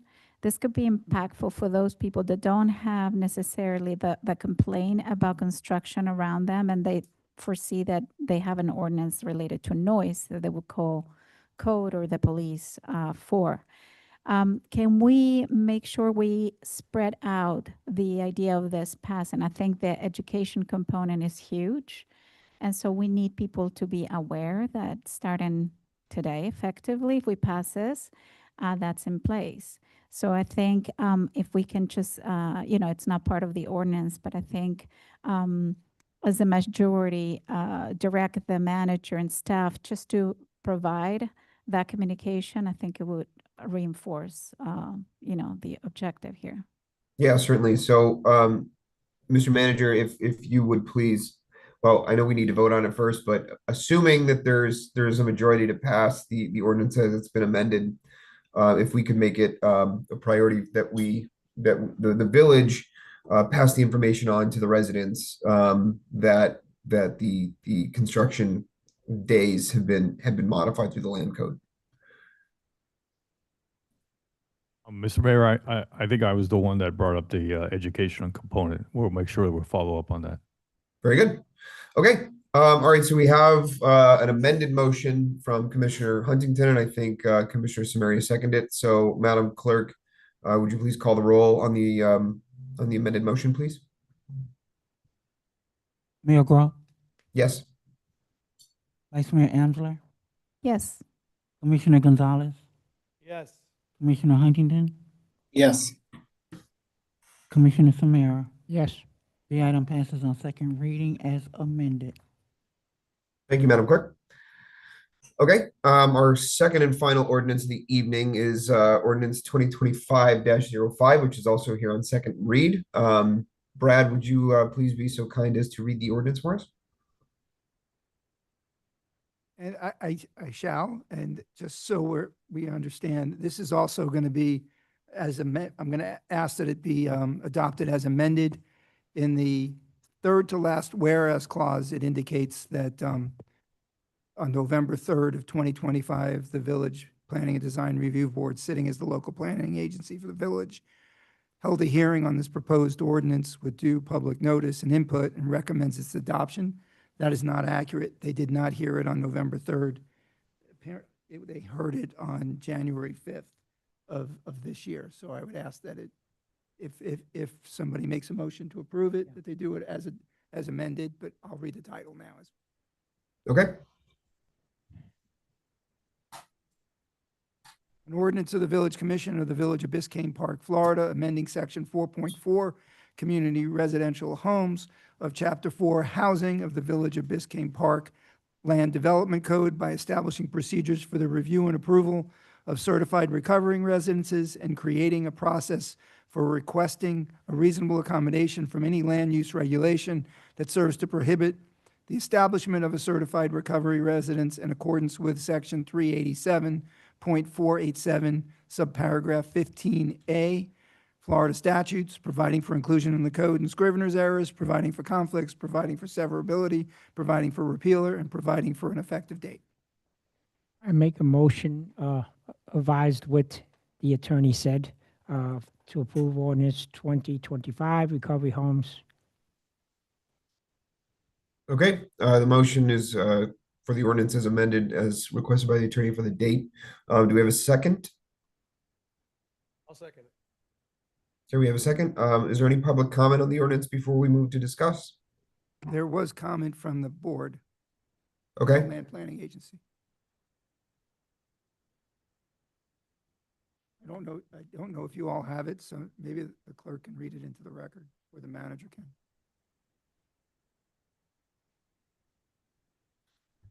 Yeah, Mr. Mayor, if I could, I was at the planning board meeting when this was discussed, and the board voted 5-0 to recommend approval of the ordinance with just comments that they had made concerning the ordinance. But they were just the one comment. The first comment was the use of term disability.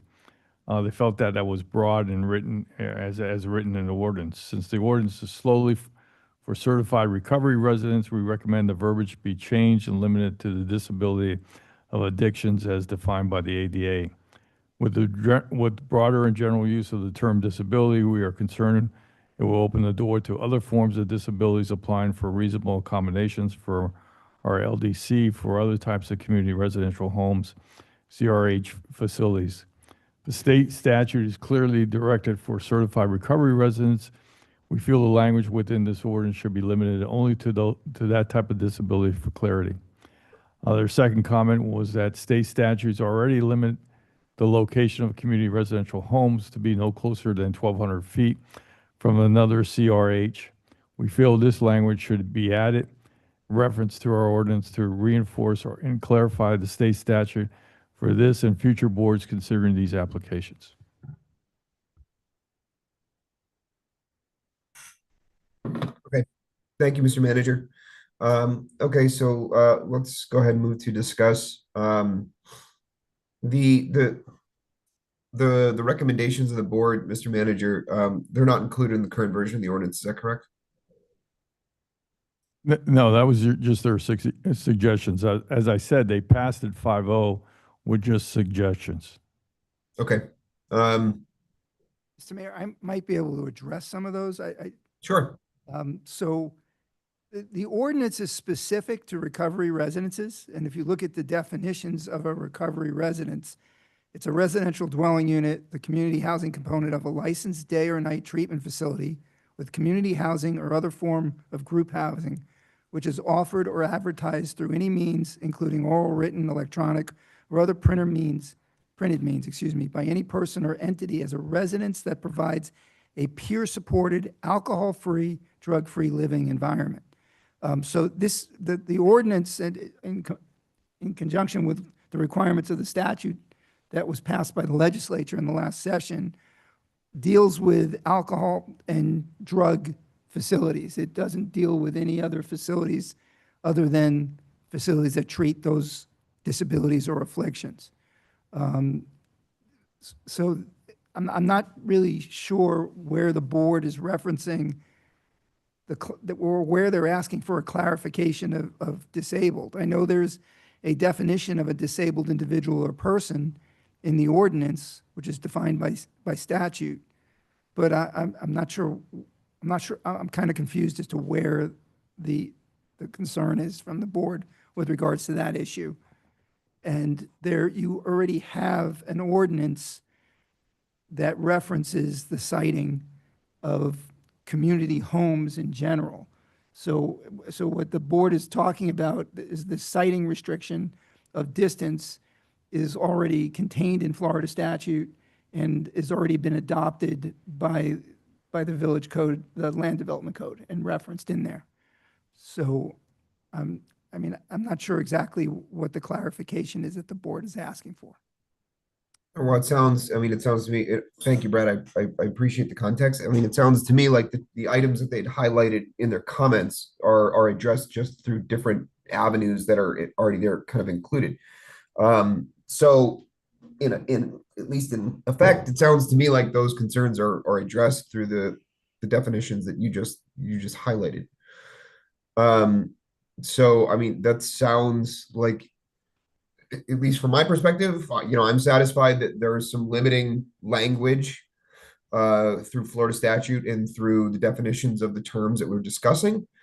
So I don't know that there's any further need to kind of be redundant and further narrow them twice or potentially offer differing definitions than those that we already have. So I don't see much. I look, their comments are well taken, and I appreciate them kind of digging into the substance of it. But again, it sounds to me like that's already addressed in those items that you've highlighted. So I don't know that there's really any need to further delineate those terms. So I would be comfortable pass, especially since they've also voted 5-0 to pass it. I think that all those issues are addressed. But certainly, I'd open up to the rest of the commission if there's any other questions or comments about what we just heard or about the ordinance specifically before we move to vote. Hearing none? Okay. Okay, well, I appreciate the board's input and their take on it, and I certainly appreciate the information, Brad, that kind of helps offer a little bit of clarity to the issues that have been highlighted. So I guess at this time, if there's no further discussion, then I would ask the clerk to call for a roll. Mayor Grohl, Yes. Vice Mayor Amsler, Yes. Commissioner Gonzalez, Yes. Commissioner Huntington, Yes. Commissioner Samara. Yes. The item is adopted on second reading 5-0 as amended. Thank you, Madam Clerk. Okay, so let's move on to our section 12, which is the final two resolutions that we have on tonight's agenda. The first is item 12A, resolution 2026-06. Brad, would you be so kind as to please read onto the record for us? Just lost my agenda. Give me one moment. I'm sorry. Sure. I tend to jump from one into the next a little Got it. quickly. I have it. I'm prepared. A resolution of the Village Commission of the Village of Biscayne Park, Florida, approving the third amendment to the legal services agreement between Neighbors Giblin and Nickerson and the Village of Biscayne Park, authorizing the village manager to do all things necessary to effectuate this resolution and the third amendment and providing for an effective date. Okay, thanks very much, Brad. Do I have a motion and a second on the resolution? Yeah, I'll make a motion to approve resolution 2606, third amendment to legal services agreement. Okay, is there a second? Second. Okay, let's go ahead and move to discussion then. For the benefit of the commission, is there any information or any background or anything that Mr. Manager, that you would like to provide? Or I see we have Andrew here with us. If there's any information that he would like to provide for the item before we discuss. Mr. Mayor, I'm going to turn it over to Andrew, who was been assisting us on both this resolution and the following resolution. As you know, we had brought him in to assist in this process. Perfect. Thanks, Al. Andrew, thanks for being with us here this evening. Thank you very much, Mr. Mayor. So what you have before you here, and I'm going to talk about 12A and 12B, because they're kind of companion items. You can't terminate your village attorney's contract without having another village attorney. So if you're going to be voting yes for 12A, I highly recommend voting also for 12B. But let's go ahead and go through this real quick. So first of all, I'd like to thank Mr. Weissman, his firm, for their professionalism during this process. Mr. Herron, I congratulate him publicly for taking on the honor of being a village attorney for the Village of Biscayne Park. So just briefly, the resolution is to approve a third amendment to the agreement with Neighbors Giblin, as well as the City of Biscayne Park. So what happens within this agreement is several things. One is, it was back, I believe, over the summer, there was a discussion and an increase in the amount that was budgeted for the village attorney. And that amount was up to approximately $125,000 per year. Actually, I think it might have even been more than that. Neighbors Giblin, come October 1st, started billing that new amount. However, it was never formalized. So what this amendment does is it formalizes, as of October 1st of 2025, the fiscal year for which the additional amount was approved, that new rate. The second thing that this does is, as of January 16th, which is this Friday, Neighbors Giblin will terminate their services as village attorney. They had a 60-day notice period, but they went ahead and waived that. So that way the village would be able to transition to the new attorney in January. Now, on January 16th, they will become what's called transition counsel. And during that time, they'll still collect their retainer fee for the $10,416 for the month. And Mr. Weissman will be assisting Mr. Herron in the transition, turning over files, answering questions, passing along institutional knowledge.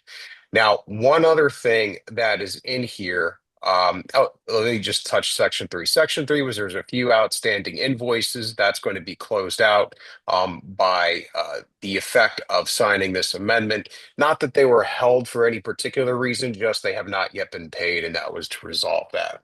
Section 4 of the agreement, what it does is it provides that if there's anything after the transition period, and the transition period for everyone's knowledge is at the end of this month. So come February 1st, if there's any additional services requested by either the village manager, so Mr. Childress, or the village attorney, Mr. Herron, of Neighbors Giblin, will result in a fee, or the hourly rate of $225 per hour being paid. This is because if there is additional work that needs to be done, rightfully so, as was requested by Neighbors Giblin. They should be paid for that work. Now, the village cannot be billed if a resident calls or a commissioner calls Brad or another person of his firm, because the only two people that can request the services are the village manager or village attorney. So basically what I'm telling you, and I'm pretty sure Brad will tell you, if you call him after January 31st, is to direct your question to the village attorney or village manager, because those are the only ones at that point that could trigger that fee. So that is what occurs on February 1st. Other than that, what happens is, as of, like I said, January 16th, Neighbors Giblin will know, and Brad Weissman no longer be village attorney. Now, the companion item to this is in 12B. So I'm going to talk Andrew. about both. Yes, Can I just make one comment before you go on to 12B, just real quick? sure. And Mr. Mayor, if I may? course. And just so it's clear, so, because I know there was some concern about the request for the hourly rate past the transition period. If a commissioner or a member of a residence reaches out to me and asks me for legal advice, with John Herron being the village attorney, it would be an ethics, it would be basically a bar grievance for me to give any legal advice. So we have, the firm has no intent to continue representation. The provision has solely been added, so in the event that either Mr. Herron or Mr. Childress require any services from the firm, that we're more than happy to provide those services or whatever research it might be, but we just believe it's appropriate for us to be compensated for that. Which in most contracts and in most situations, and in fact, in talking with Mr. Herron about the relationship of Neighbors Giblin and the village, it's something that he even suggested would be transition counsel during that time through the end of the month. And once again, only after transition counsel period ends, which is January 31st, as Mr. Weissman said, what would happen is if only the village manager or the village attorney requests legal services of Mr. Weissman or his firm, that's the only time where that fee, that hourly fee will come into effect. Now, Mr. Mayor, may I address the companion item to this, which is the agreement for village attorney legal services between the Village of Biscayne Park and Fox Rothschild? Yes, please. All right. So the next item that you're going to have before you in 12B is the agreement for village attorney legal services between the Village of Biscayne Park, Florida, and Fox Rothschild. So the sum and substance of this is substantially the same as what you already had with Neighbors Giblin. The only difference is it's in a more formalized format. There's a few things that are added in there specifically relating to Florida statutes, such as E-Verify, public records, those sort of things which protect the village. Some requests that were from Mr. Herron. One is that it specifically identifies who can direct the village attorney. That was not something that was previously identified in other agreements, but it makes sense in this particular situation. The term of this agreement is for 3 years, and it can be renewed for additional terms with this writing signed by both parties. So it's not like 3 years and you only can renew twice. It's 3 years, and then in 3 years' time, the village commission can determine what they want to do next. One thing to point out is the pay in this, the compensation is the $125,000 per year, which was what was put out in the scope of work that was agreed to by Mr. Herron. That's a monthly installment of the $10,416 for legal services. On January 1 of 2028, the request of Mr. Herron is that so this way he doesn't have to go back before you and ask for an increase each fiscal year, is that on January 1 of 2028, which would be the start of the third contract year here, is that the annual flat fee retainer amount will increase by the consumer price index or 5%, whichever's less. And to the extent that the village renews the contract after this final contract year, he would have the ability, and it doesn't say it in here, but this is just the way, contract negotiation, he will have the ability to negotiate either a higher rate or something similar to that. The excluded services are the same. The included services are the same as Neighbor Giblin. The hourly rates are the same as the Neighbor Giblin. The only other thing that changed in here, like I said, and I'm just looking through it to see if there's anything that can jog my memory. There's one thing related to prospective waiver of potential conflict, but Fox Rothschild and Mr. Heron did agree that the village through the village manager can waive any potential conflict of interest only with informed consent. So that just basically means that the extent of the conflict has to be disclosed to the village. And then what it will happen is the village manager will make a determination of whether or not the conflict will be waived or not. So that's the sum and substance of the agreement with Fox Rothschild. Mr. Heron will become the village attorney as of Friday, and his term will continue for 3 years, and the contract can be renewed. Other than that, Mr. Mayor, I am open to any questions about these two items. Excellent, Andrew. Thanks very much. I appreciate the context and the detailed explanation. It's helpful.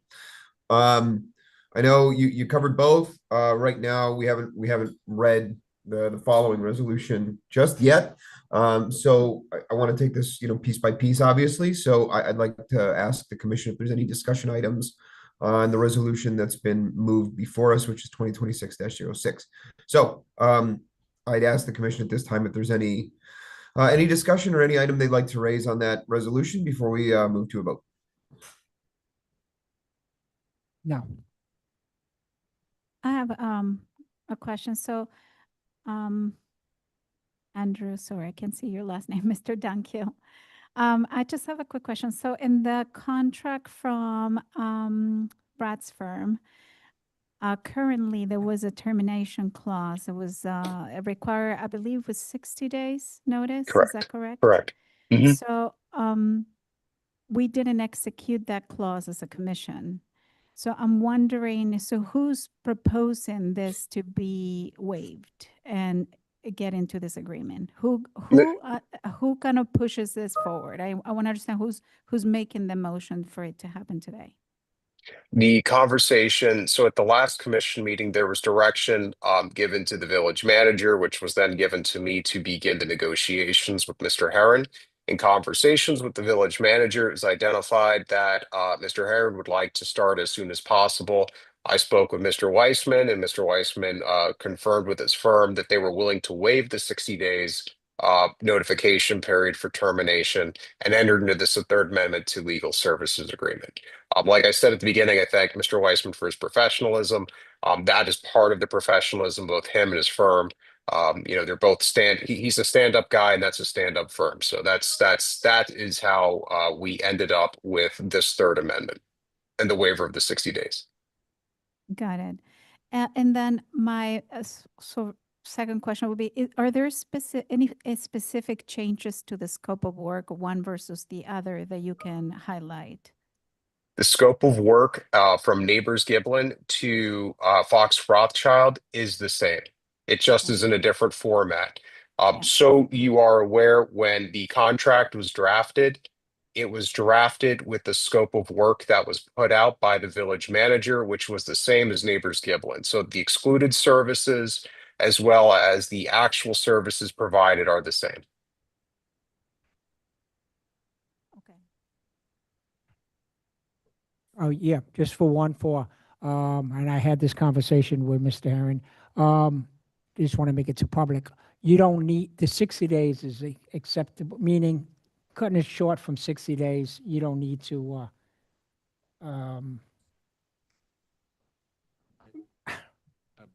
Commissioners.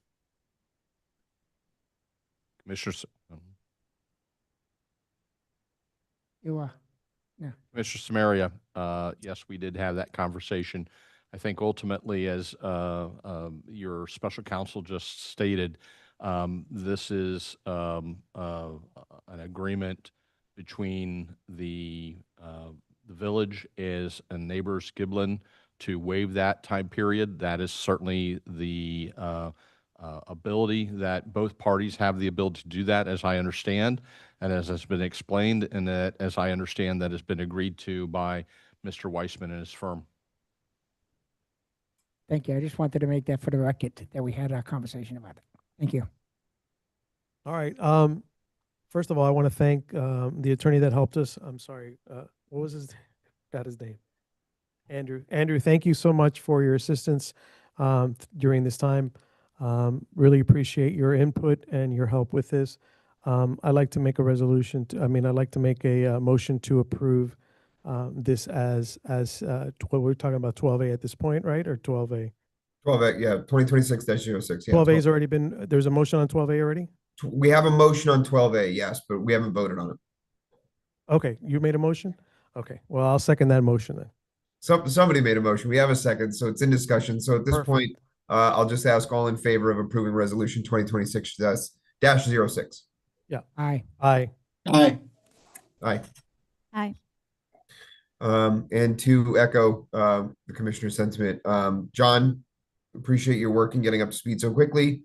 Andrew, thank you very much for your help in assisting us get to this point. And I know we still got 2026-07, but and Brad, again, I know we already talked about it, but I very much appreciate the professionalism and the hard work of you and your firm, because your firm has helped us and represented us in the past too. So again, just re-expressing the sentiment and gratitude. Okay, so I know Andrew discussed a little bit for us the next resolution, which is 2026-07. Brad, would you mind reading resolution 2026-07 onto the record for us, please? A resolution of the Village Commission of the Village of Biscayne Park, Florida, approving the legal service agreement between Fox Rothschild and the Village of Biscayne Park, appointing John R. Herron as village attorney effective January 16, 2026, authorizing the village manager to do all things necessary to effectuate this resolution and the agreement, and providing for an effective date. Okay, thanks, Brad. Do I have a motion and a second to I approve ma- the resolution? Yeah, make a motion to approve resolution 2026-7. I'll second it. Okay. I know we talked about this a little bit already, but is there any other questions or discussion on the resolution before we move to vote? Hearing none? Okay. No. All right. All in favor of approving resolution 2026-07? Aye. Aye. Aye. All right, great. So resolution is approved, and John, to you and your firm, Fox Rothschild, certainly we say welcome and congratulations in joining us as our new village attorney. Mr. Mayor, Certainly looking forward to working with you and having you here with us. thank you. Mr. Mayor, I just, if I could just take a moment to thank Andrew. I think we all see the value that he brought to this process, and he made it a very smooth process. And this is the first time I worked with him. He's a very professional attorney, and I just enjoyed every minute that I worked with him. And thank you very much again, Andrew. You're very welcome. It's been once again, for those of you that may know, a long time ago, probably the last time I was down there before this was 2018. It was an honor then, it's an honor now. So it's always a privilege to work for this fine village. Thank you very much. Thank you. Thank you, Andrew. We appreciate the help. Thank you.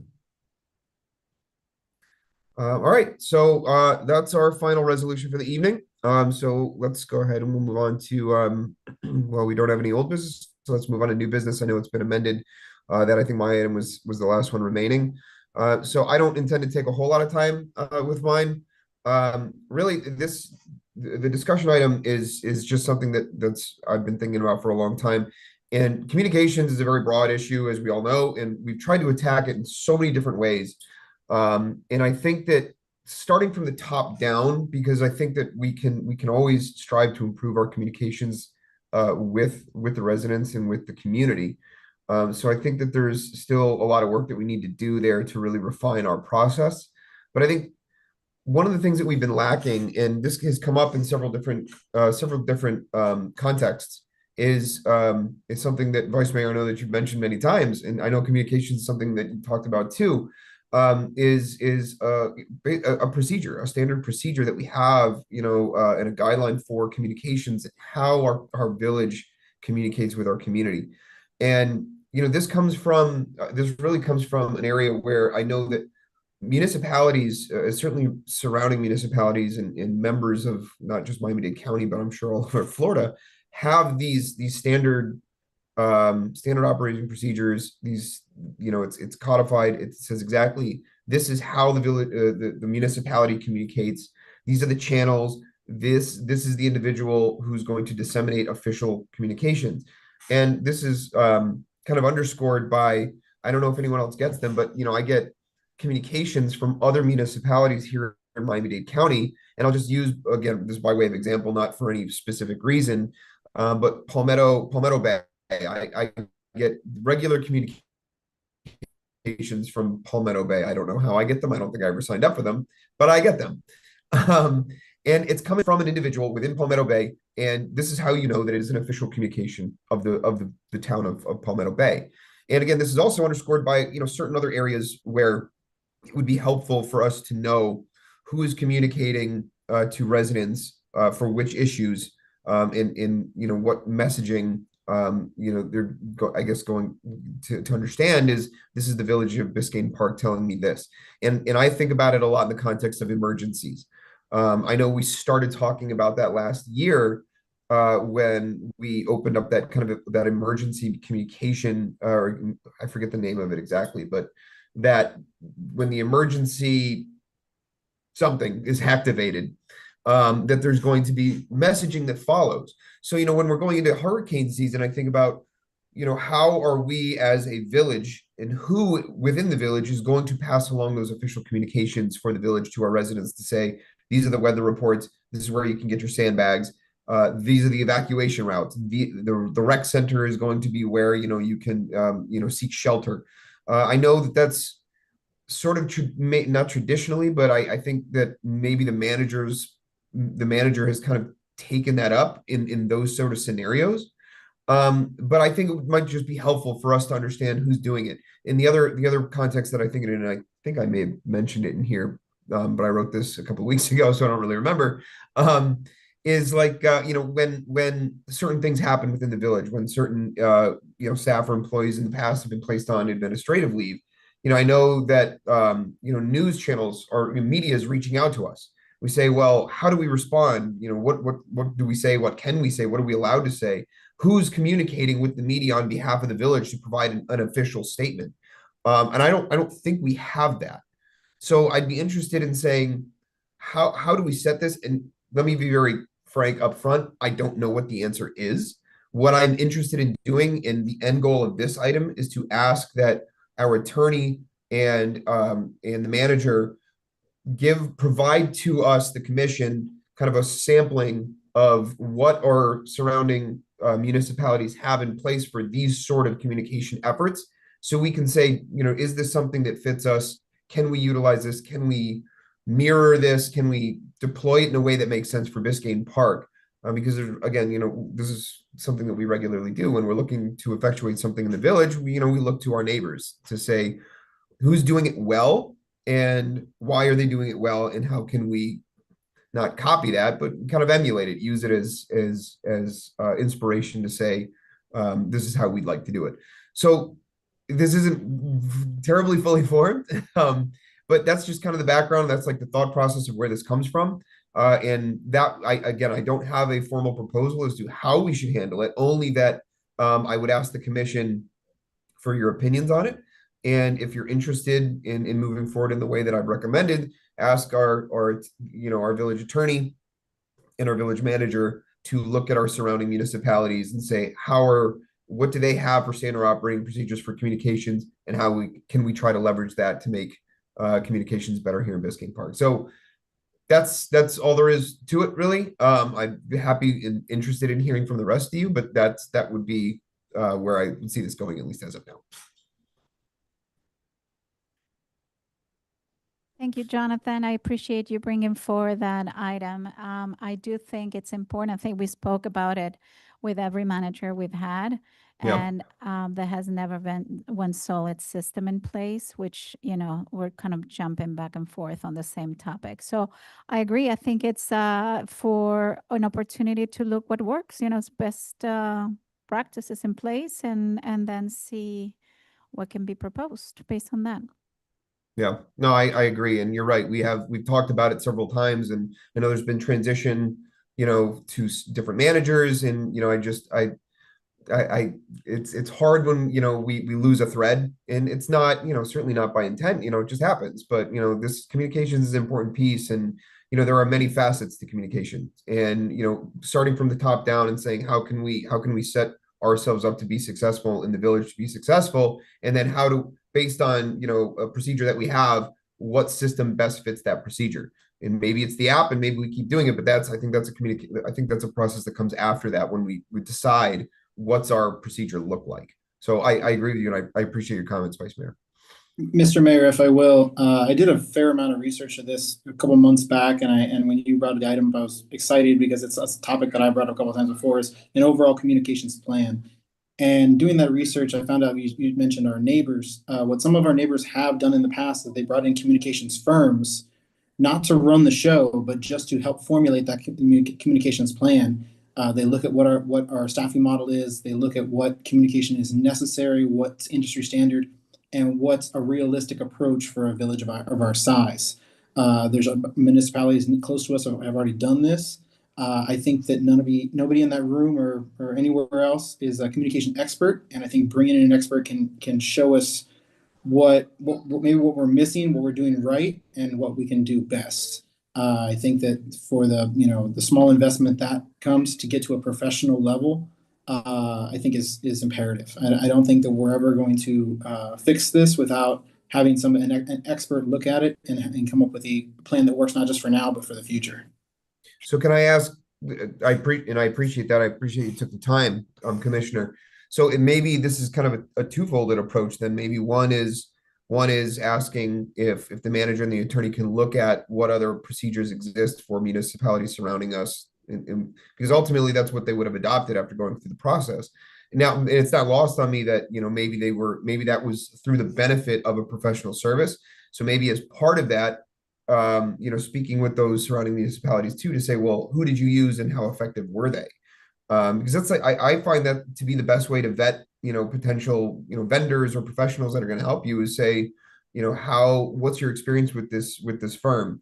And I remember when we were looking for a group to help us with the manager search, you know, having spoken with like Miami Lakes, for example, and saying, well, what was your experience with this group? You use them, you know, give me the benefit of your understanding. And it was just helpful to hear some real world experiences. So knowing that some of them have used that would be good information for us to ask those groups to say, well, who did you use and what did you think? So I look, if that's the way they went, and that's a potential, it's like kind of open to all options on the table. Because if that could be helpful for us, then that would be tremendously helpful for the village. Let me just say that when I got here 10 years ago, and I think the Andersons can attest to this, the way we communicated during a crisis was pinning letters to trees, right? That's what we used to do back in the day. I don't think that that's probably the best option at this point. So having said that, I think that one of the reasons that we brought in a manager of Al's capacity and are paying him what we're paying him is because he should, in theory, have some of the answers to some of these questions.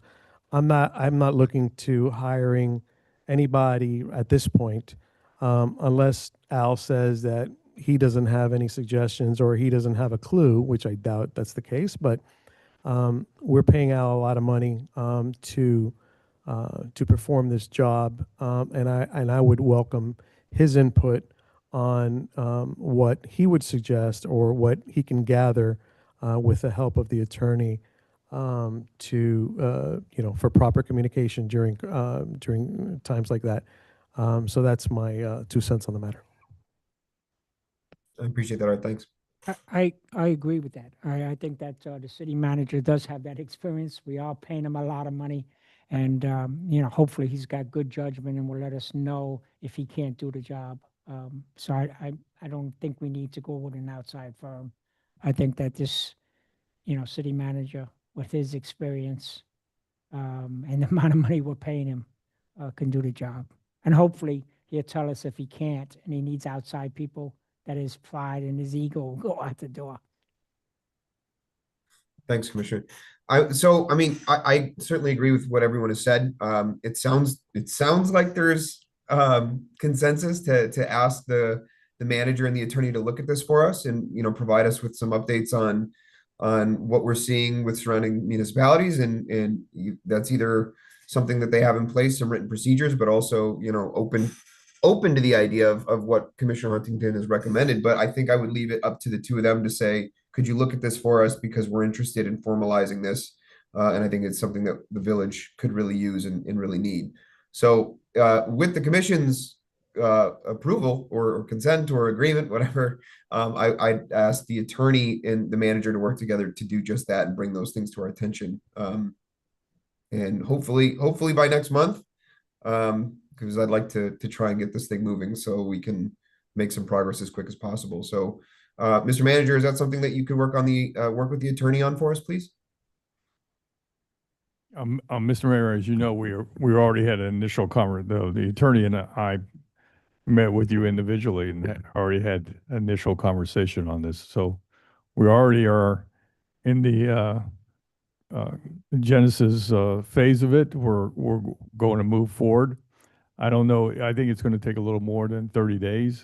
Mr. Mayor, I think that's unrealistic. But we'll get with each of you to make sure we have a clear understanding of the direction that the five of you wish to go in, and then proceed from there. Perfect.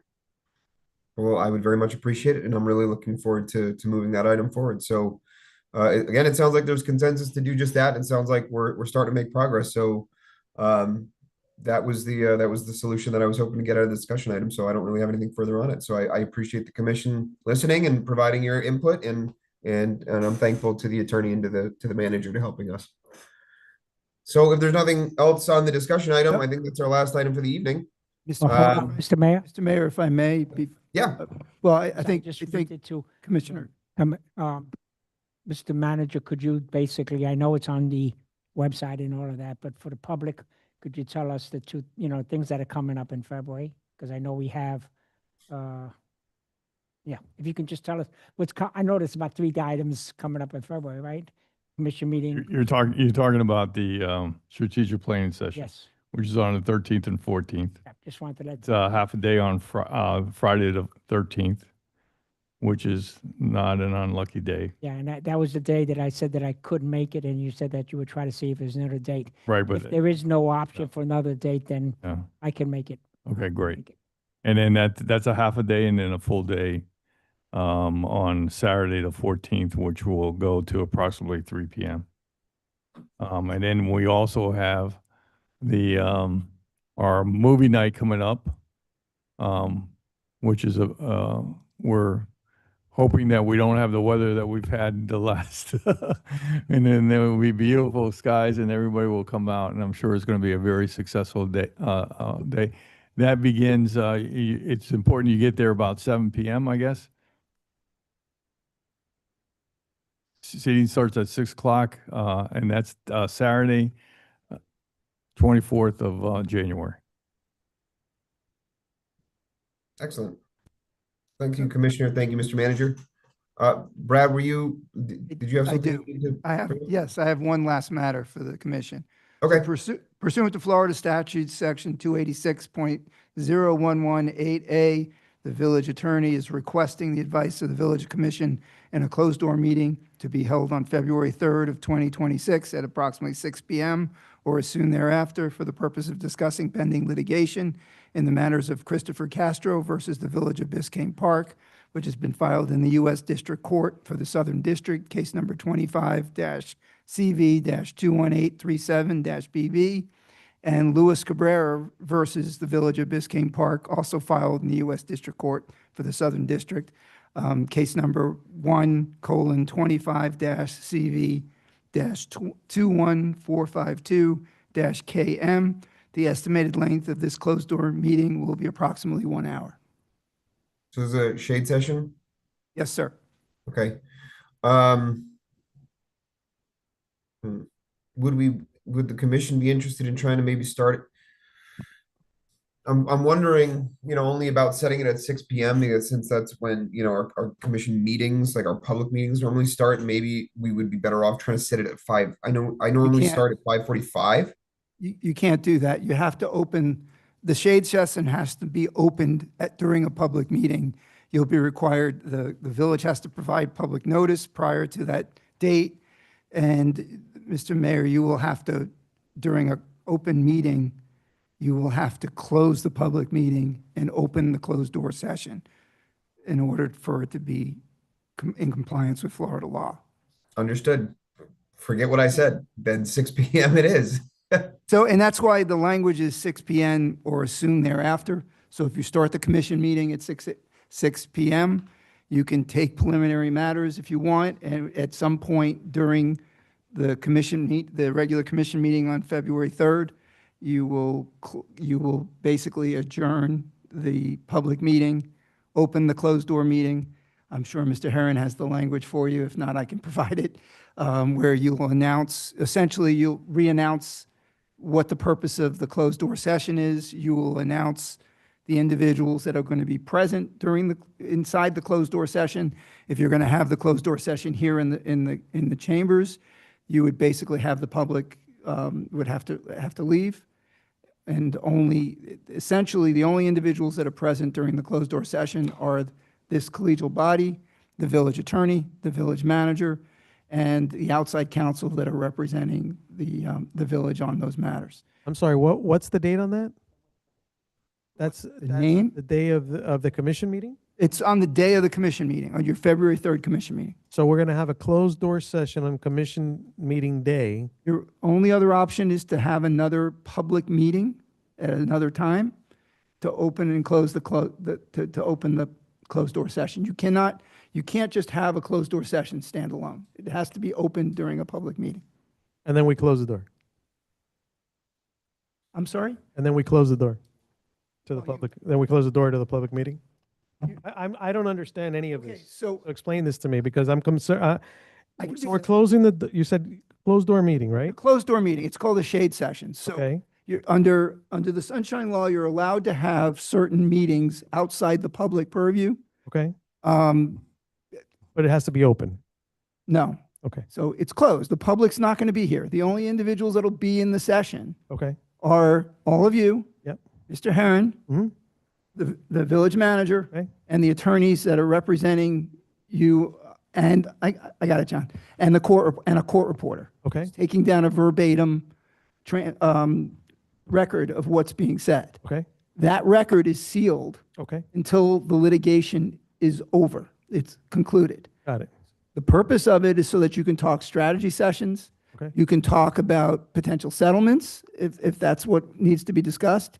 You don't vote on the settlements. You don't come up with a number. You're giving guidance to your legal representation Okay. as to strategic decisions and potential ranges of settlement.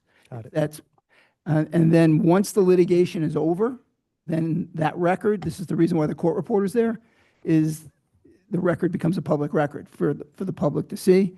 If there were to be some type of settlement that ultimately is reached at a later time, you would have to approve that settlement at a public meeting, open to the public. So essentially, it's called a closed door meeting, yes, and to your point, you are going to close the doors. But you have to initiate the closed door session, the shade session, excuse me. You have to initiate it during a public meeting. So we ask for it, only the village attorney can ask for it. So I've asked for it at a public meeting so that the public is aware that we're having it, and when we're having it, your clerk is going to properly notice it so that they're aware, the public is aware that you're having this closed door session. And then at some point during the commission meeting, Yep. or whatever public meeting it is. So if you wanted to have a workshop and try to do it during, whatever you're doing. Yeah. But what will actually happen is the mayor will then announce that we're going into a closed door shade session to hear these matters, and he'll identify the matters just the way I did on the record. Okay. He'll identify all the individuals that are going to be present in that session, including the court reporter. And then he will ask the members of the public, if you're going to do it here. Yeah. Like a lot of times, depending on facilities, what happens is you move out of that room and into another room and do your shade session and then back in. Yeah. So if you have that facility that you can do that in Village Hall or whatever, but if you're going to do it here, the shade session, then yes, you're going to have to ask whoever's in the audience to please leave for the purposes of the session. So, They can come back in at the conclusion, and then the mayor, at the conclusion, when you open back up the public meeting, the mayor has to announce that the closed-door session has been concluded, and that you're now reopening your public meeting to deal with your public business. okay, so now I understand. So it seems to me that it's probably not a good idea to do it on the commission night, on the night that we have a commission meeting. Because, historically, this can take 30 minutes or this can take 5 hours. I don't know how long this is going to take. I have no idea how long we have two things pending, correct? Shut off my mic. Yeah, no, go ahead. My understanding is from speaking to outside counsel, Mhm. it'll probably be somewhere between 30 to 60 minutes.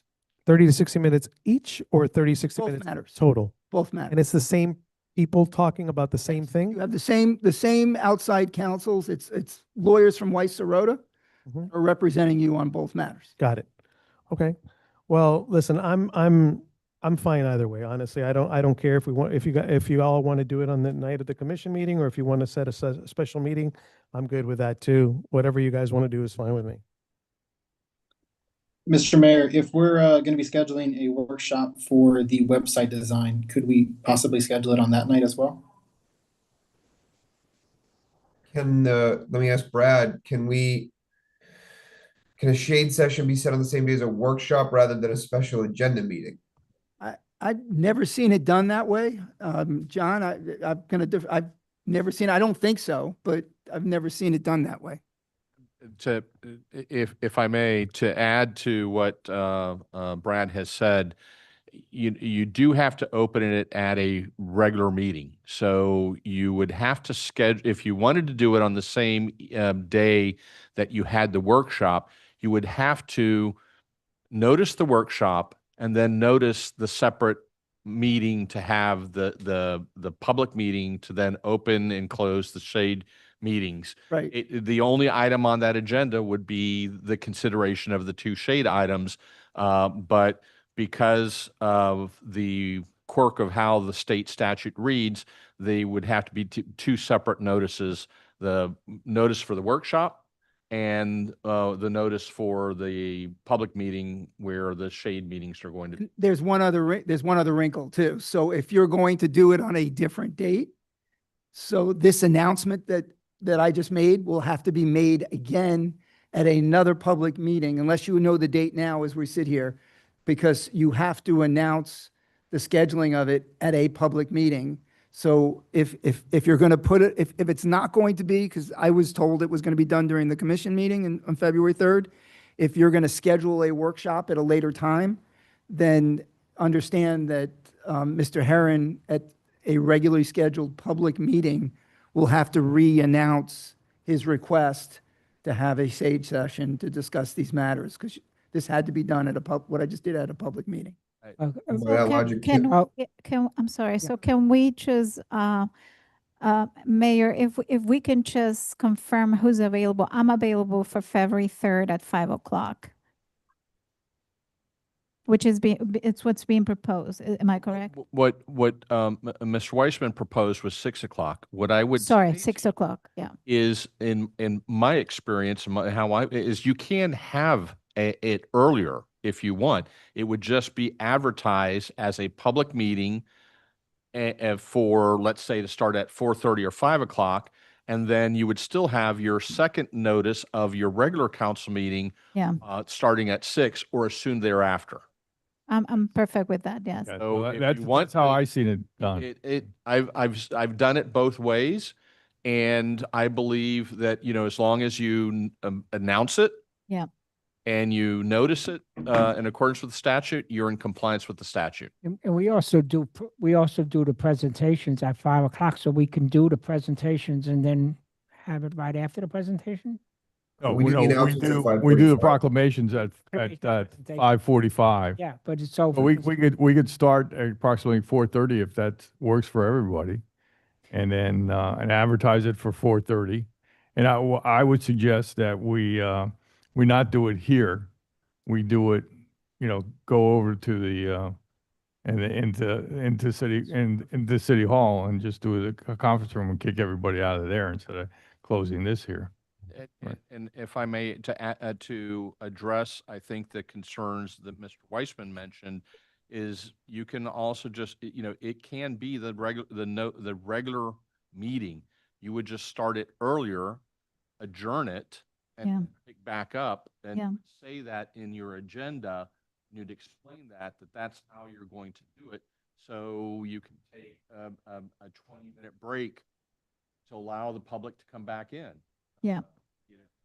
And that way as well. Okay, Yeah, but the question is, so if we put it on the agenda that we're going to start the meeting at, say, 5 o'clock, right? But we're going to do the closed door thing from, say, 5 to 6, but it's now 5 to 7 instead of 5 to 6. People are here at 6, ready for the meeting at 6. What happens then? Well, They have to wait an hour? well, possibly. I have seen shade meetings run longer than You haven't been here long enough. anticipated. And, that's why I think the manager is suggesting doing moving to or having the shade meeting at City Hall, or Village Hall, as opposed to here in the chambers. So the public, if they wish, can Still come in. still be here. Yeah. You would just, physically have to move from one location to another. It would potentially inconvenience the commission, not. I agree. I agree with that. So, so what's the bottom line? What's the proposal?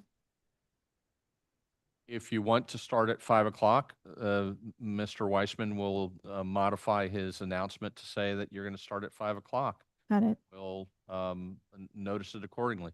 Perfect. Just one clarification, Mr. Herring. So you mentioned the notice needs to be done, but a statute, Florida statute. Is that what you said? Yes. Why not our resolution and notice? Or is it specific because it's a shade session that is different? Yes, it's a specific requirement of Okay. of the statute that you have to do it a certain way.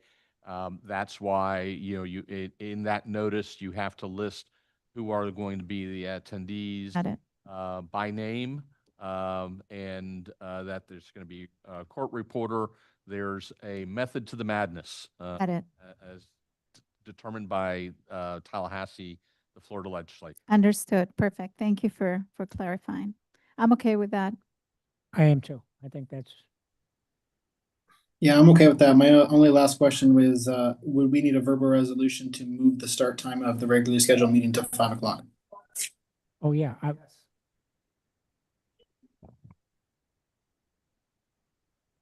Your meetings are scheduled by, Seven. well, according to your, 6 o'clock. yeah, according to your charter, they're start at 7, but you have amended that by resolution on a yearly basis to start your meetings at 6. So to change your meeting to 5, you would have to do a resolution. Resolution. Can we do the resolution now? Can we, I'm sorry, just exploring another option. Can we still keep the 6 o'clock and go back to plan A where we just keep 6 o'clock and we gotta let people know. And then once it's done for an hour, we kick off our regular scheduled meeting? Yes. That's what I was anticipating based on what I. I've seen municipalities I've worked for, they just plaster a sign on the door saying, Yeah. we're in a shade meeting. We will convene the regular council meeting or commission meeting as soon as we're finished. Bear with us patience.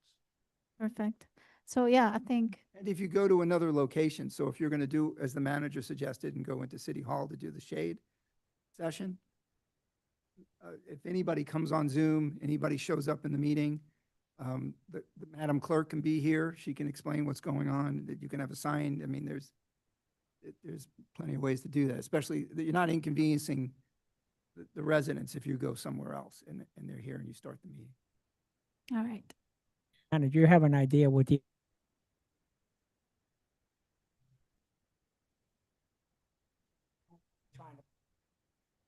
If Commissioner Samari is talking, I can't hear him. I'm sorry, I apologize. I was saying that for the city manager, he knows what the agenda can be from February, since we have to do this at 6 o'clock.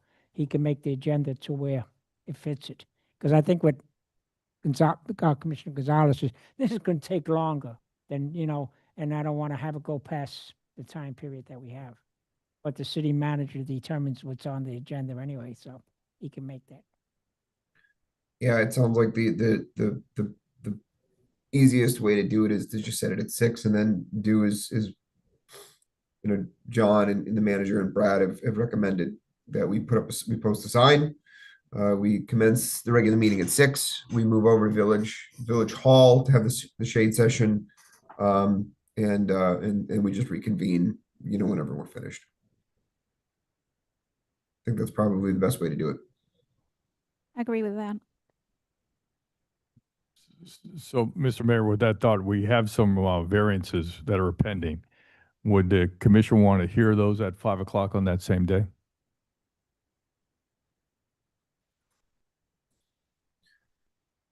How many?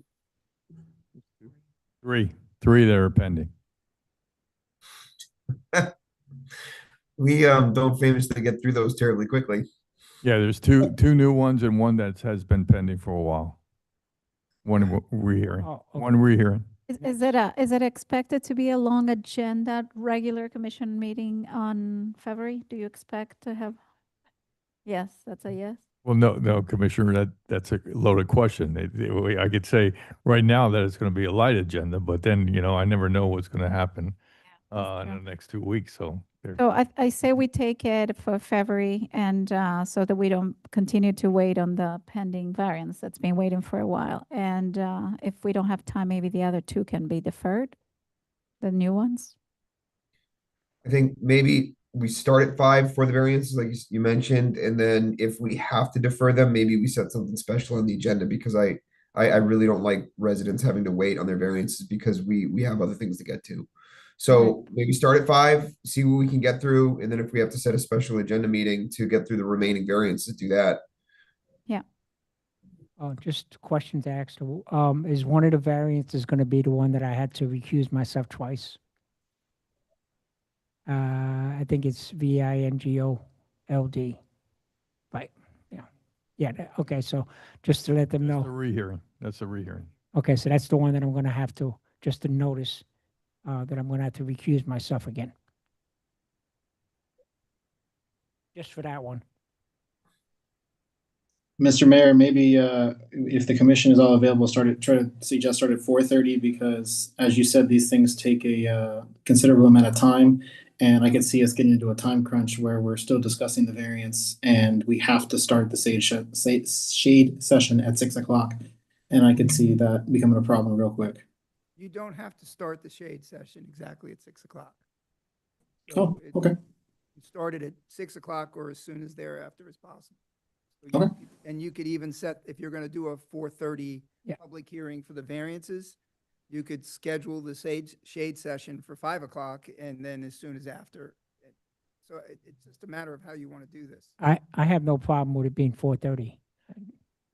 I don't know about the rest of the commissioners, but I don't have a problem with Look, it being 4:30. to get the variances heard, I know that's very important to the people that have been applying, and some of them have been Yes. applying for a long time. I'll start early to get those, to try and get those in. Oh, I'm good with whatever you guys want. I'm free that day. Okay, let's do 4:30. At noon if you guys like, whatever you want. Not that ambitious. Let's do 4:30 for the variances. See we can get to. Hopefully we can get through them all. We'll do our very best, and then we'll go to the shade session. Then as soon as thereafter, we'll start the regular meeting. So what, are we scheduling the shade session for earlier than 6 o'clock? If so, I've got to change. Right after the variance. Whatever that is, right? Or didn't you just? We have to set a time, don't we, Brad? A time certain? Well, you don't have to set a time certain, but you have to set a time. On 6. So in other words, that's why the way I read the notice or the request, excuse me, is that it was going to start at 6 o'clock on that day or as soon thereafter as can be heard.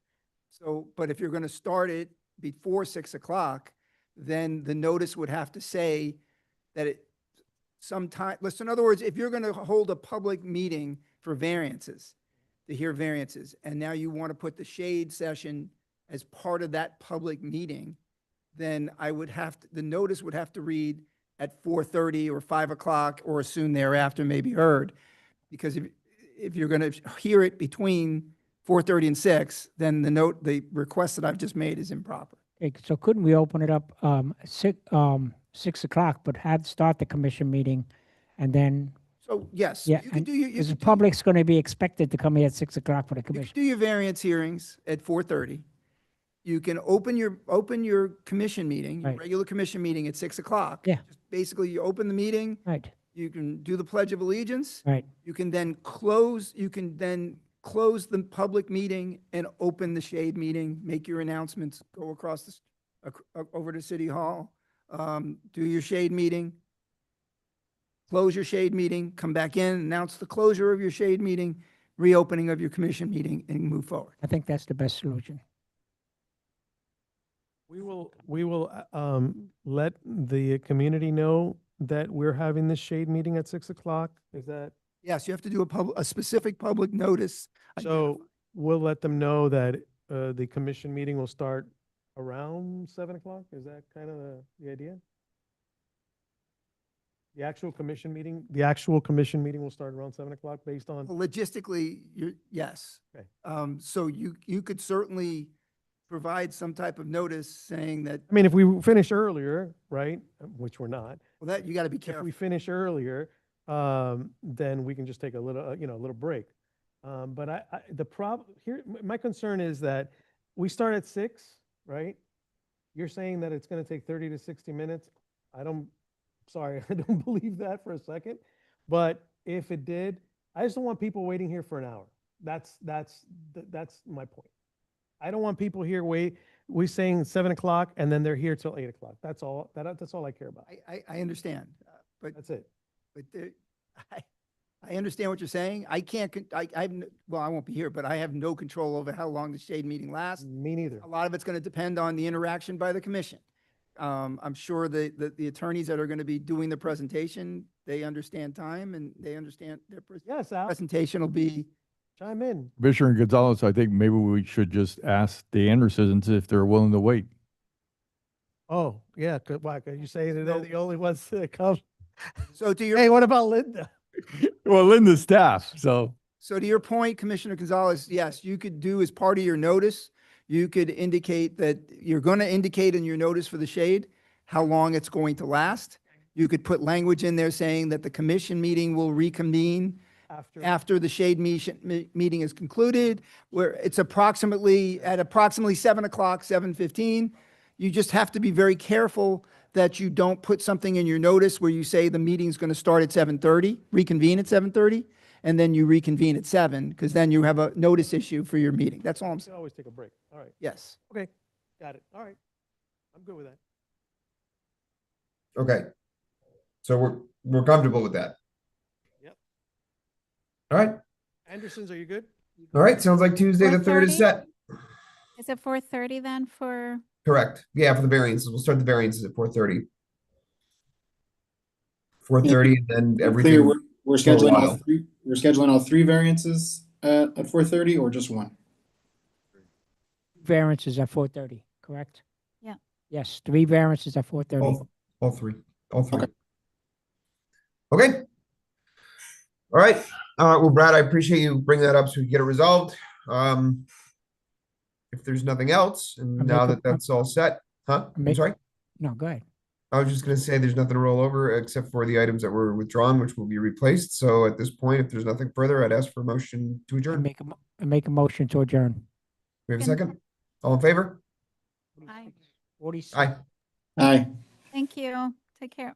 Thanks, everybody. Have a good evening. You too. Al, Ryan, I will see you guys tomorrow. See you tomorrow. Bring your winter coat.